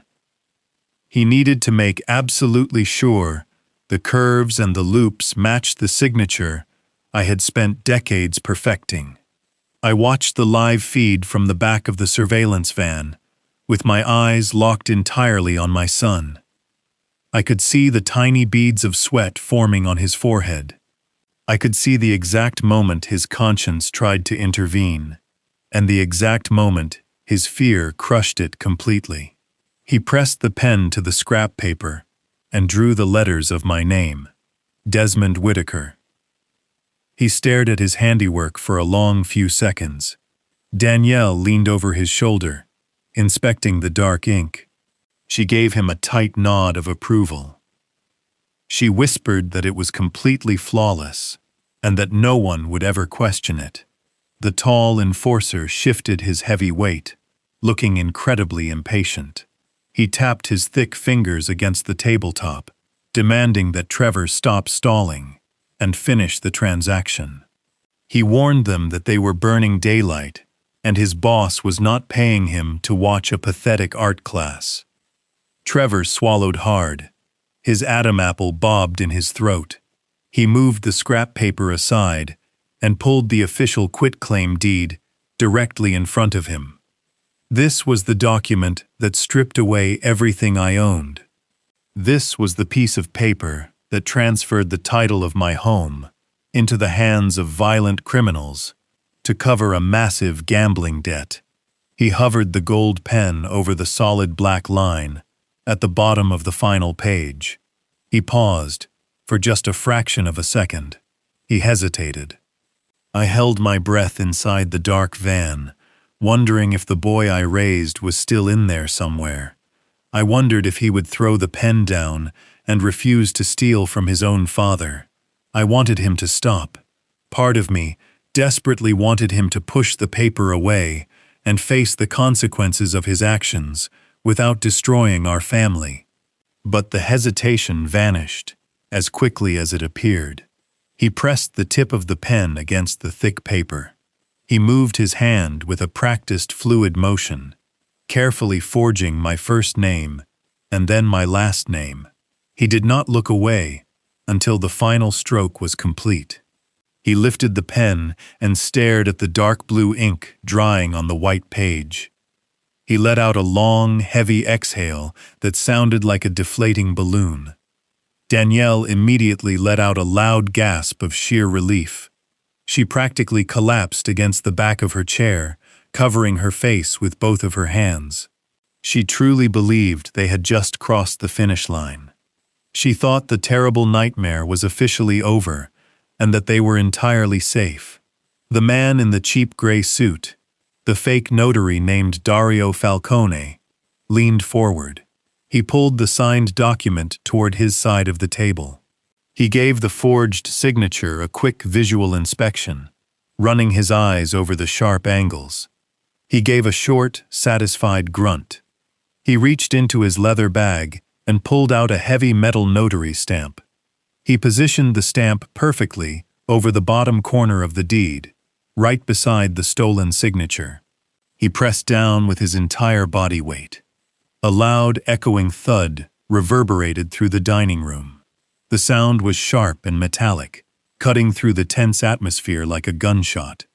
Through the audio feed in the surveillance van, that single sound felt like a massive steel door slamming shut forever.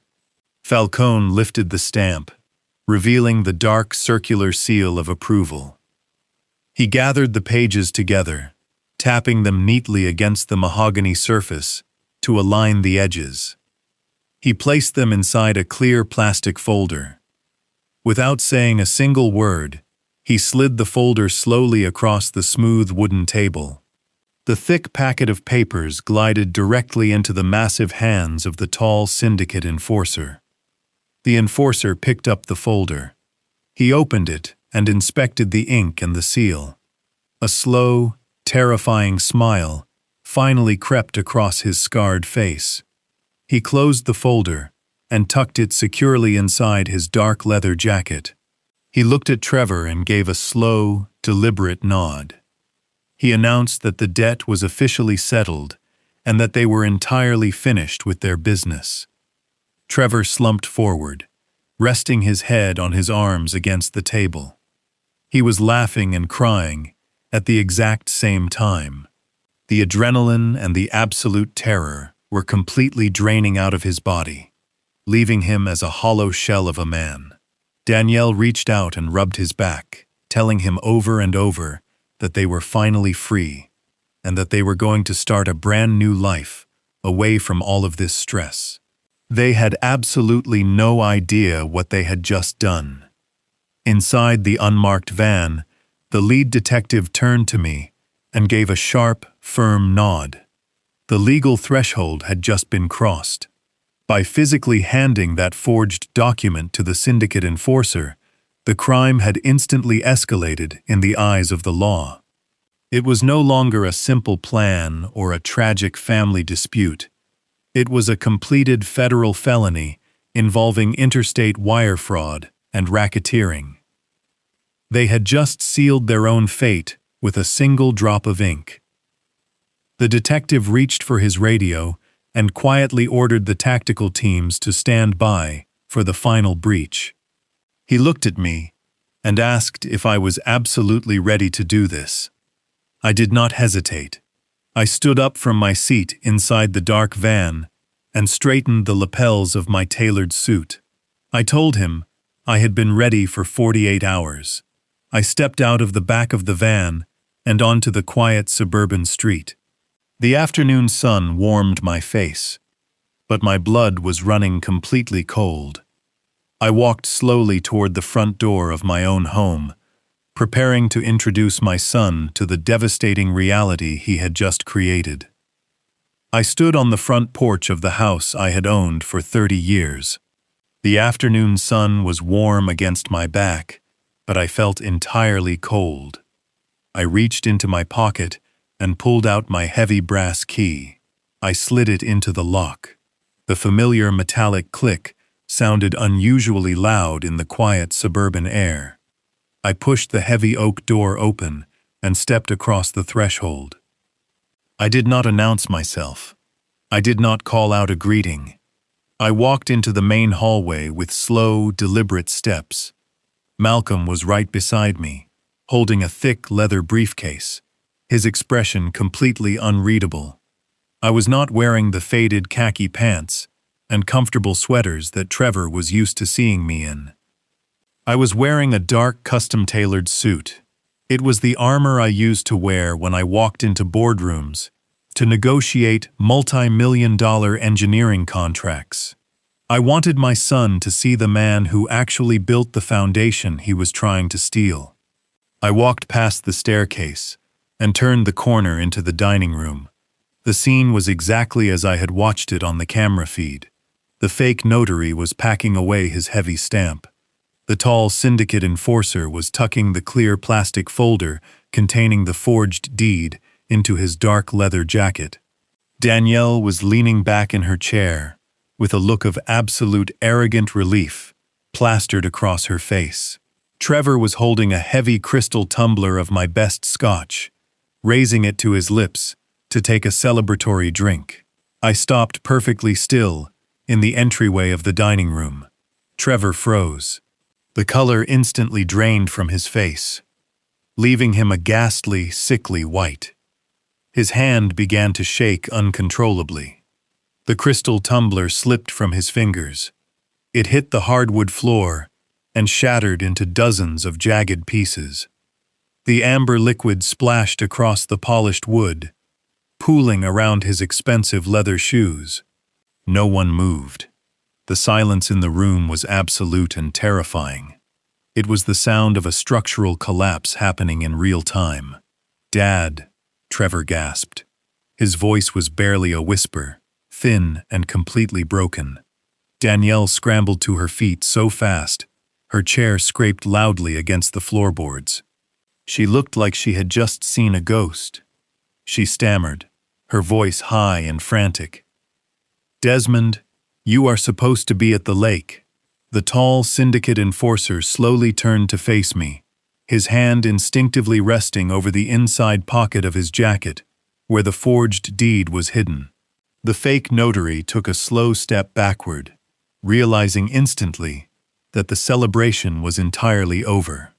I looked at the shattered glass on the floor, and then I looked directly into my son's terrified eyes. "I am not at the lake, Trevor," I said, my voice steady and cold. "I have not been at the lake. I have been watching you. I have been watching you empty my safe. I have been listening to you negotiate with criminals. I have been watching you practice my signature to steal the home I built for our family." Trevor's mouth opened and closed, but no sound came out. He was completely paralyzed by the sheer magnitude of his failure. I took a slow step forward, radiating the absolute authority of a man who was no longer a victim, but the architect of their destruction. Danielle backed up until her hips hit the edge of the heavy mahogany table. Her chest was heaving, her breath coming in short, erratic gasps. "You are at the lake," she whispered, her voice barely working. "You said you had no cell service. You said you would not be back until Sunday." I did not raise my voice. I did not need to. When you hold all the power, a whisper is louder than a shout. "I am not at the lake, Danielle," I replied, enunciating every single syllable with chilling clarity. "I have never been to the lake. In fact, I have spent the last 48 hours sitting in a very quiet room across town, watching and listening to every single word spoken inside this house. I know you called a premium junk removal service yesterday morning. I know you referred to me as an incapacitated relative who was being moved to a permanent memory care facility. I know you tried to pay double to have all of my late wife's belongings hauled to the city dump before these gentlemen arrived." Danielle let out a choked gasp and covered her mouth with her trembling hands. Her eyes were wide with a terror she could no longer hide. I turned my gaze to my son. He was shaking so violently I thought his knees would buckle right there on the hardwood. "You told me you were going to Portland, Trevor," I continued, taking another slow step into the room. "You looked me right in the eye at the airport drop-off, and you promised me you were going to save your startup. But 5 minutes you were standing right here in this dining room. I heard you say it, Trevor. I heard you say, 'I do not care how much it costs. We just need this done today.' I watched you practice my signature, while this man in the gray suit demanded $10,000 for a fraudulent notary stamp. The fake notary, Dario Falcone, swallowed hard and took another step toward the hallway, looking for an exit that was already blocked by Malcolm. Trevor finally found his voice, though it was nothing more than a pathetic broken whine. "Dad, please, you do not understand.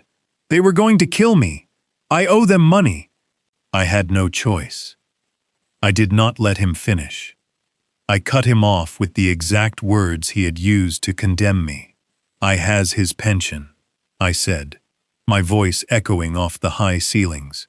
"He will figure it out. He always does. I just need this house." Trevor squeezed his eyes shut as the devastating reality of my words hit him. He recoiled as if I had physically struck him. He realized I had heard his ultimate betrayal.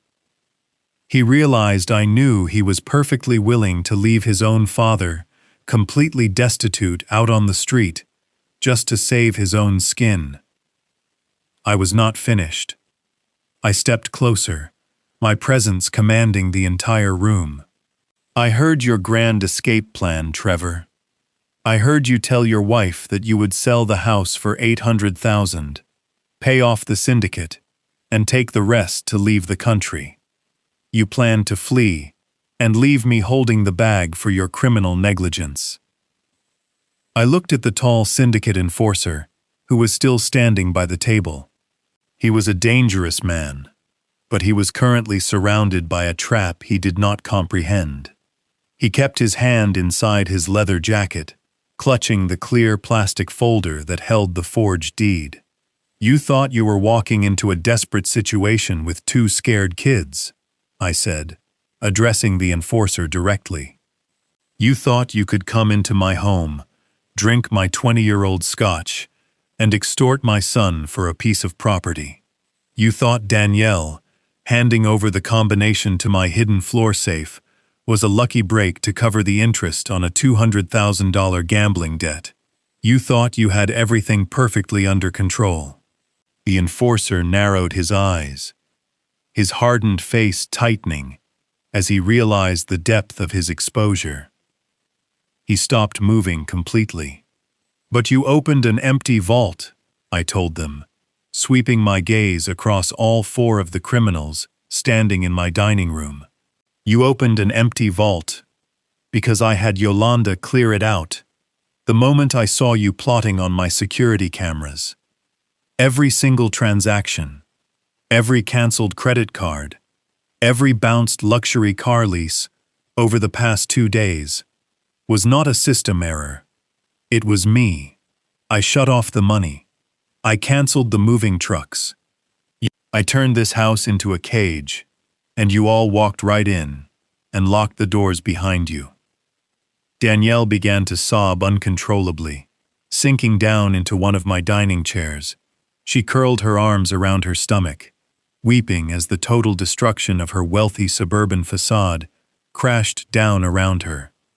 She knew her life of luxury was completely over. Trevor fell to his knees right in the middle of the shattered crystal and spilled scotch. He did not even seem to feel the glass cutting through his trousers. He looked up at me with tears streaming down his pale cheeks. He raised his hands in a gesture of pure surrender. "Dad, I am so sorry," Trevor begged, sobbing openly. Now I was desperate.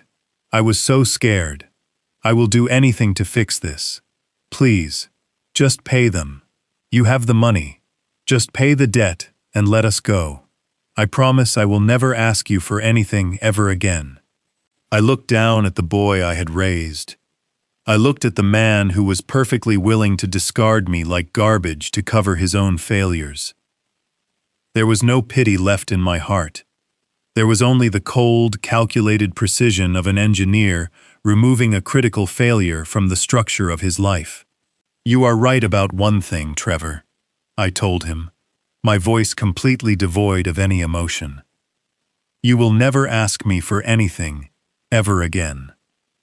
I turned slightly and gave a subtle, silent nod to Malcolm, who was standing perfectly still in the entryway. The monologue was finished. The absolute deconstruction of their lies was complete. It was time for the final phase of the demolition to begin.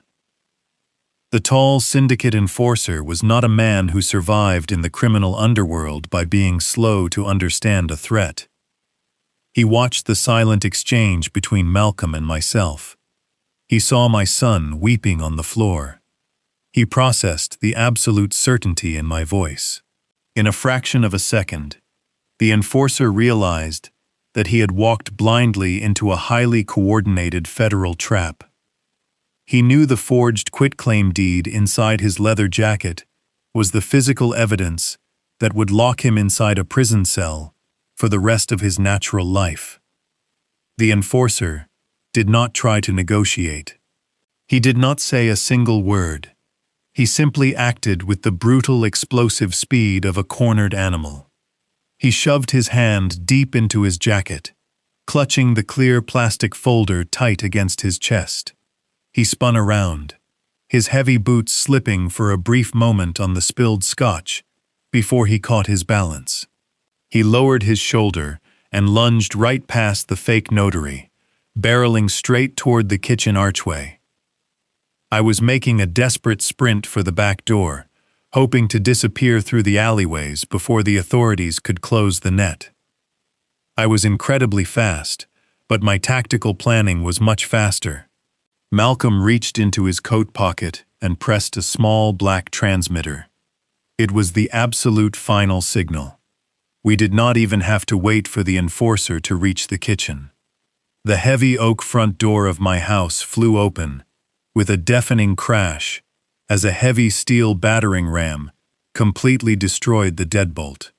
At the exact same second, the glass panels of the back patio doors shattered inward, cascading across the kitchen tiles like a wave of crushed ice.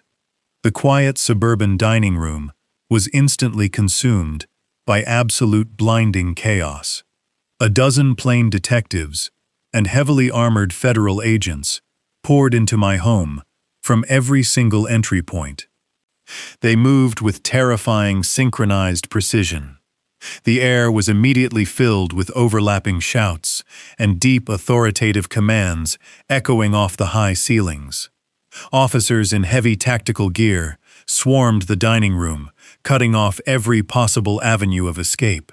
The tall enforcer realized the kitchen was completely blocked by federal agents. He tried to pivot and reverse his momentum, but his heavy boots lost traction on the polished hardwood. 3 tactical agents hit him all at once. The sheer force of their combined weight drove the massive criminal face first into the floorboards. The sickening crunch of the impact was followed instantly by the metallic click of heavy steel handcuffs, ratcheting tightly around his thick wrists. The fake notary, Dario Falcone, threw his hands high into the air and dropped to his knees before an officer even had to touch him. He pressed his face flat against the Persian rug, whining and pleading for his life, completely surrendering to the overwhelming force that had just consumed the room. The trap had been flawlessly sprung. The structural demolition was fully underway. The chaotic symphony of the raid continued as 2 heavily armored agents turned their attention to the center of the dining room. Danielle shrieked in absolute terror as an officer grabbed her wrists and spun her around to face the wall. The crisp fabric of her designer suit crumpled under the forceful grip of the law. She sobbed uncontrollably, her perfect suburban facade entirely shattered as cold steel handcuffs locked tightly around her wrists. She kept wailing that she was a victim, crying out that she had been forced into this nightmare. But the officers ignored her frantic lies completely. Trevor was still on his knees among the broken crystal and spilled scotch. An agent hauled him up roughly by his shoulders and pressed him face first against the polished mahogany table he had just tried to steal. Trevor gasped for air as his arms were wrenched behind his back. The sharp click of the handcuffs securing his wrists echoed louder than any sound in the room. He was no longer a tech entrepreneur or a clever mastermind. I was just a common criminal, caught dead to rights in the middle of a federal sting operation. As the officers began to pull him toward the shattered front entrance, Trevor dug his heels into the hardwood floor. He twisted his neck, his wild and tear-filled eyes locking onto mine. He looked at me with the desperate, pleading expression of a terrified little boy. "Dad, please," he screamed, his voice cracking under the crushing weight of his reality. "You have to help me. You heard what that man said. If you do not pay the syndicate, they are going to kill me in prison. They will hunt me down. You have millions of dollars. You can make this go away right now. Please, Dad. I am your son. I am your only son. Do not let them take me away." I was sobbing openly now, tears streaming down his pale face, begging for the financial safety net he had spent his entire adult life taking for granted. He truly believed that deep down, I was still the soft and oblivious father who would write a massive check to shield him from the consequences of his own disastrous actions. I stood perfectly still in the center of the ruined dining room. I did not flinch. I did not shout to comfort him. I simply looked at the weeping man, thrashing against the firm grip of the federal agents. I felt no anger left in my heart, nor did I feel any sorrow. There was only a vast and empty void where my love for him used to reside. I looked him dead in the eye, maintaining a completely blank and immovable expression. I let the absolute finality of my decision wash over him before I delivered the last words I would ever speak to my son. "I am sorry, Trevor," I said, my voice as cold and solid as concrete. "But I do not negotiate with criminals." The fluorescent lights of the police precinct hummed with a low electric buzz. The air smelled of bitterfay and institutional floor wax.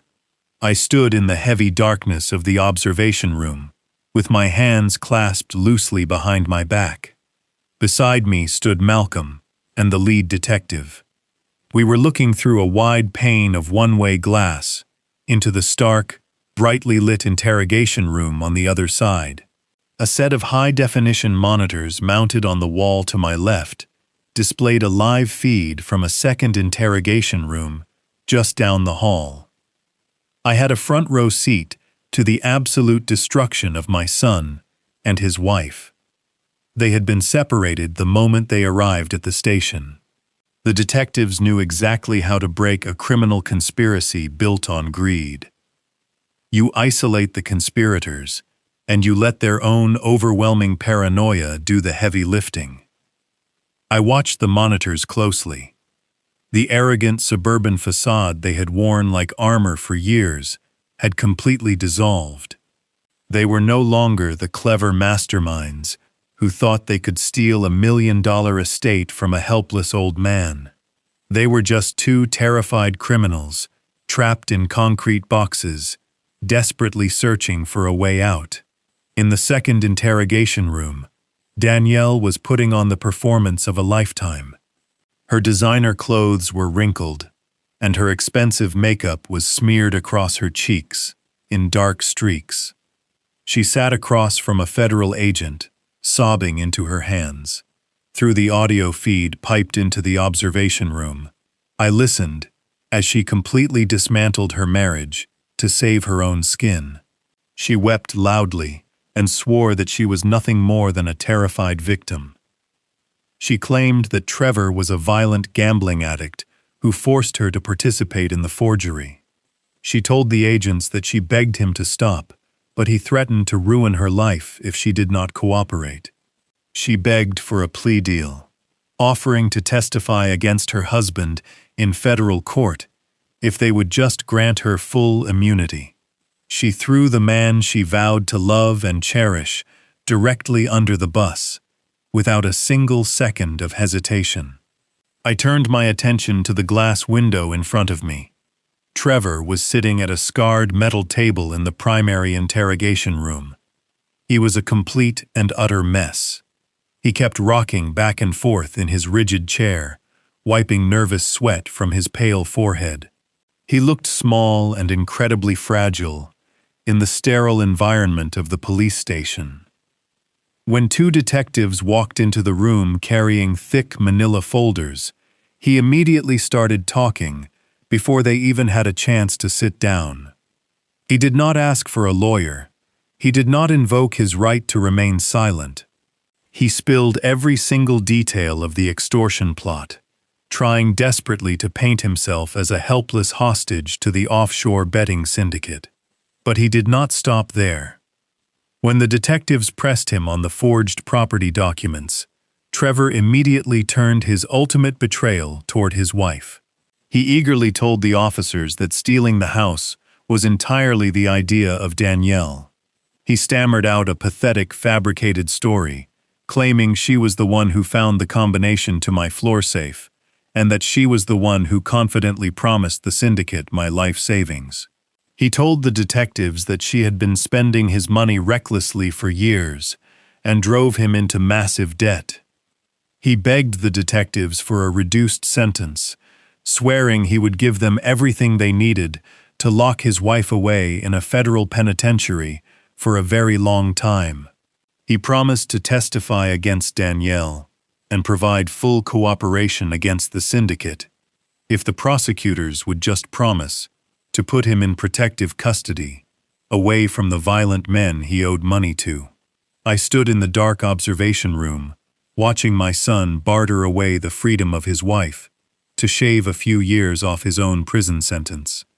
The sheer cowardice on display was staggering. They had turned on each other the absolute second the pressure became real. There was no loyalty between them. There was no love.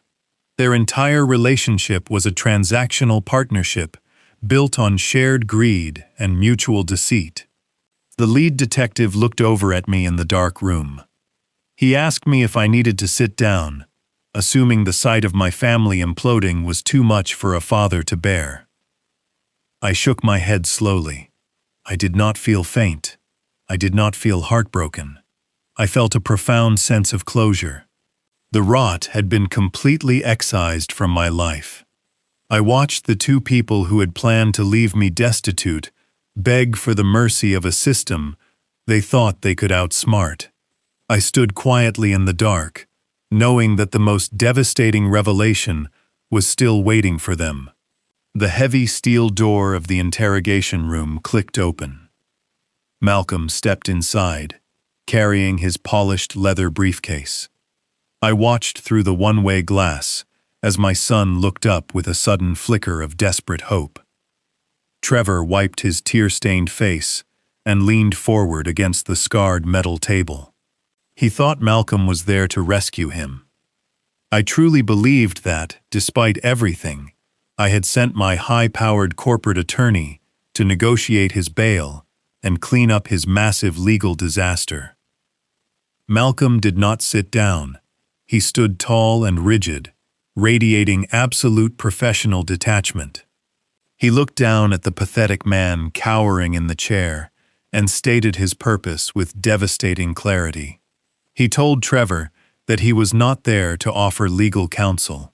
He clarified that he represented my interests exclusively and that he had come to deliver a final set of administrative notices.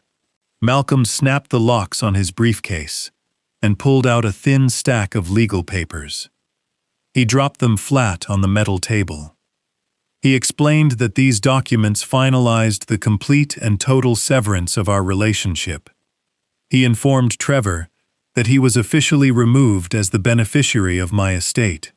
I was stripped of all medical proxy rights and completely disinherited. From a legal standpoint, Trevor was now a total stranger to me. Trevor nodded weakly, fresh tears spilling over his cheeks. He mumbled that he understood and that he deserved to be cut out of the will. He thought he was losing a modest suburban house and a standard retirement pension. He believed his punishment was simply walking away empty-handed, but the absolute ultimate punishment was yet to come. Malcolm reached into his briefcase one last time. He pulled out a single sheet of heavy premium paper. It was a certified financial summary from my primary wealth management trust. He slid the document slowly across the table until it rested directly under the shaking hands of my son. Malcolm instructed Trevor to read the figures listed on the bottom line. I watched the live monitor as Trevor forced his blurry eyes to focus on the paper. At first, his aggression was just confused. His brain could not process the massive string of numbers printed on the page. He squinted at the document, shaking his head slightly. He muttered that he did not understand what he was looking at. Malcolm leaned forward, placing both hands on the table. He lowered his voice and delivered the final fatal blow to the arrogant ego of my son. He told Trevor that I was not a simple retired pensioner. He explained that I held the foundational patents for seismic dampening technology used in commercial bridges all over the world. He told Trevor that those patents generated millions of dollars in residual royalties every single year. Malcolm pointed a firm finger at the document. He told Trevor that the paper detailed a private estate worth tens of millions of dollars. He explained that I had kept the fortune a complete secret because I wanted my son to build his own life and understand the value of honest, hard work. The color vanished completely from the face of my son. His jaw hung open as his eyes darted back and forth across the staggering financial figures. Malcolm delivered the final, crushing truth. He told Trevor that he was the sole heir to that massive empire. He explained that if Trevor had simply been a loyal son, the entire fortune would have been his. If Trevor had just come to me and admitted his gambling debts, I could have written a check to clear the $200,000 without even noticing the money was gone. Malcolm pulled the paper back, slipping it smoothly into his briefcase. He looked down at Trevor and told him that his impatience and his greed had cost him a lifetime of unimaginable wealth. He had traded a massive generational fortune for a heavy federal prison sentence. Malcolm turned on his heel and walked out of the room. I stood in the dark observation room and watched the devastating reality crush the last remaining pieces of my son. Trevor stared at the empty space on the table. A long, agonizing wail tore its way out of his throat. It was not a cry of fear or a sob of sadness. It was the absolute guttural scream of a man realizing he had just burned his own magnificent kingdom to the ground for absolutely nothing. He bared his face in his hands and wept with a profound, suffocating agony that no prison sentence could ever match. 6 months have passed since the afternoon my dining room turned into a federal sting operation. The changing of the seasons has brought a deep quiet back to my property. The shattered glass has long been swept away. The broken deadbolt has been replaced with a much stronger lock. My house is completely whole again. As for my son and his wife, their new residence is far less accommodating. Trevor and Danielle are currently serving lengthy federal prison sentences. There were no lenient plea deals and no sympathetic judges. The ironclad, high-definition evidence I provided ensured they received the absolute maximum penalty for their crimes. It is a crisp Tuesday morning. I stand in my beautifully restored kitchen, bathed in the warm light of the early sun. The rich smell of fresh coffee fills the air. I watch Yolanda standing by the granite island, wiping down the countertops with her usual quiet grace. She has been the only constant light during the absolute darkest chapter of my life. When the foundation of my own family crumbled, she was the one who sent the text message that saved my legacy. She risked her own safety to warn me, without ever asking for a single thing in return. I walk over to the heavy oak cabinet and pull out a thick manila folder. I step up to the kitchen and place it gently on the polished stone right in front of her. Yolanda stops wiping the counter. She looks down at the folder and then looks up at me with a confused expression. She asks me what this is, her voice soft and hesitant. She probably thinks it is a new list of household chores, or perhaps some updated security protocols. I look at her and tell her to open it. My voice is steady and filled with a profound sense of gratitude. Yolanda wipes her hands on her apron and reaches for the folder. She flips the heavy cover open. The first document on the stack is a certified letter from her bank. She stares at the paper, her eyes slowly scanning the official letterhead. Her brow furrows as she reads the bold print, stating that the remaining balance on her residential mortgage has been completely paid in full. She lets out a sharp gasp, her hand flying to her mouth. She looks at me, shaking her head, saying that there must be some kind of massive mistake. I tell her there is absolutely no mistake. I explain that the home she has been working so incredibly hard to pay off is now completely hers, free and clear of any debt. I tell her she will never have to worry about another mortgage payment for the rest of her natural life. Before she can even process the magnitude of that statement, I instruct her to look at the second document in the folder. Her trembling fingers push the bank letter aside. Beneath it is a legally binding financial trust agreement. She reads the names of her 2 teenage children, printed clearly on the official forms. I tell her that I have established a fully funded college trust for both of them. I explain that their university tuition, their books, and their housing are entirely covered. They will graduate completely debt-free, with a solid foundation to build their own successful lives. Yolanda begins to weep. It is not the panicked, desperate sobbing I heard from Danielle in the interrogation room. These are tears of pure, overwhelming relief. She leans against the granite island, crying freely, thanking me, over and over again. She tells me I did not have to do this, that she was just doing her job when she sent that warning text. I reach out and place my hand gently on her shoulder. I tell her that loyalty is the rarest and most valuable commodity in the entire world. I explain that a structural engineer knows the true worth of a load-bearing pillar. When the weight of the world threatened to collapse on top of me, she held absolutely firm. I tell her that wealth is completely useless if it is not used to protect the people who actually deserve it. Yolanda pulls me into a tight, genuine embrace. For the first time in a very long time, my house truly feels like a home again. The late afternoon sun began its slow descent below the tree sign, casting a warm golden glow across the quiet suburban neighborhood. I walked out onto my back porch and took a seat in my favorite wooden rocking chair. The evening air was crisp and clean, carrying the faint scent of pine needles and fresh-cut grass.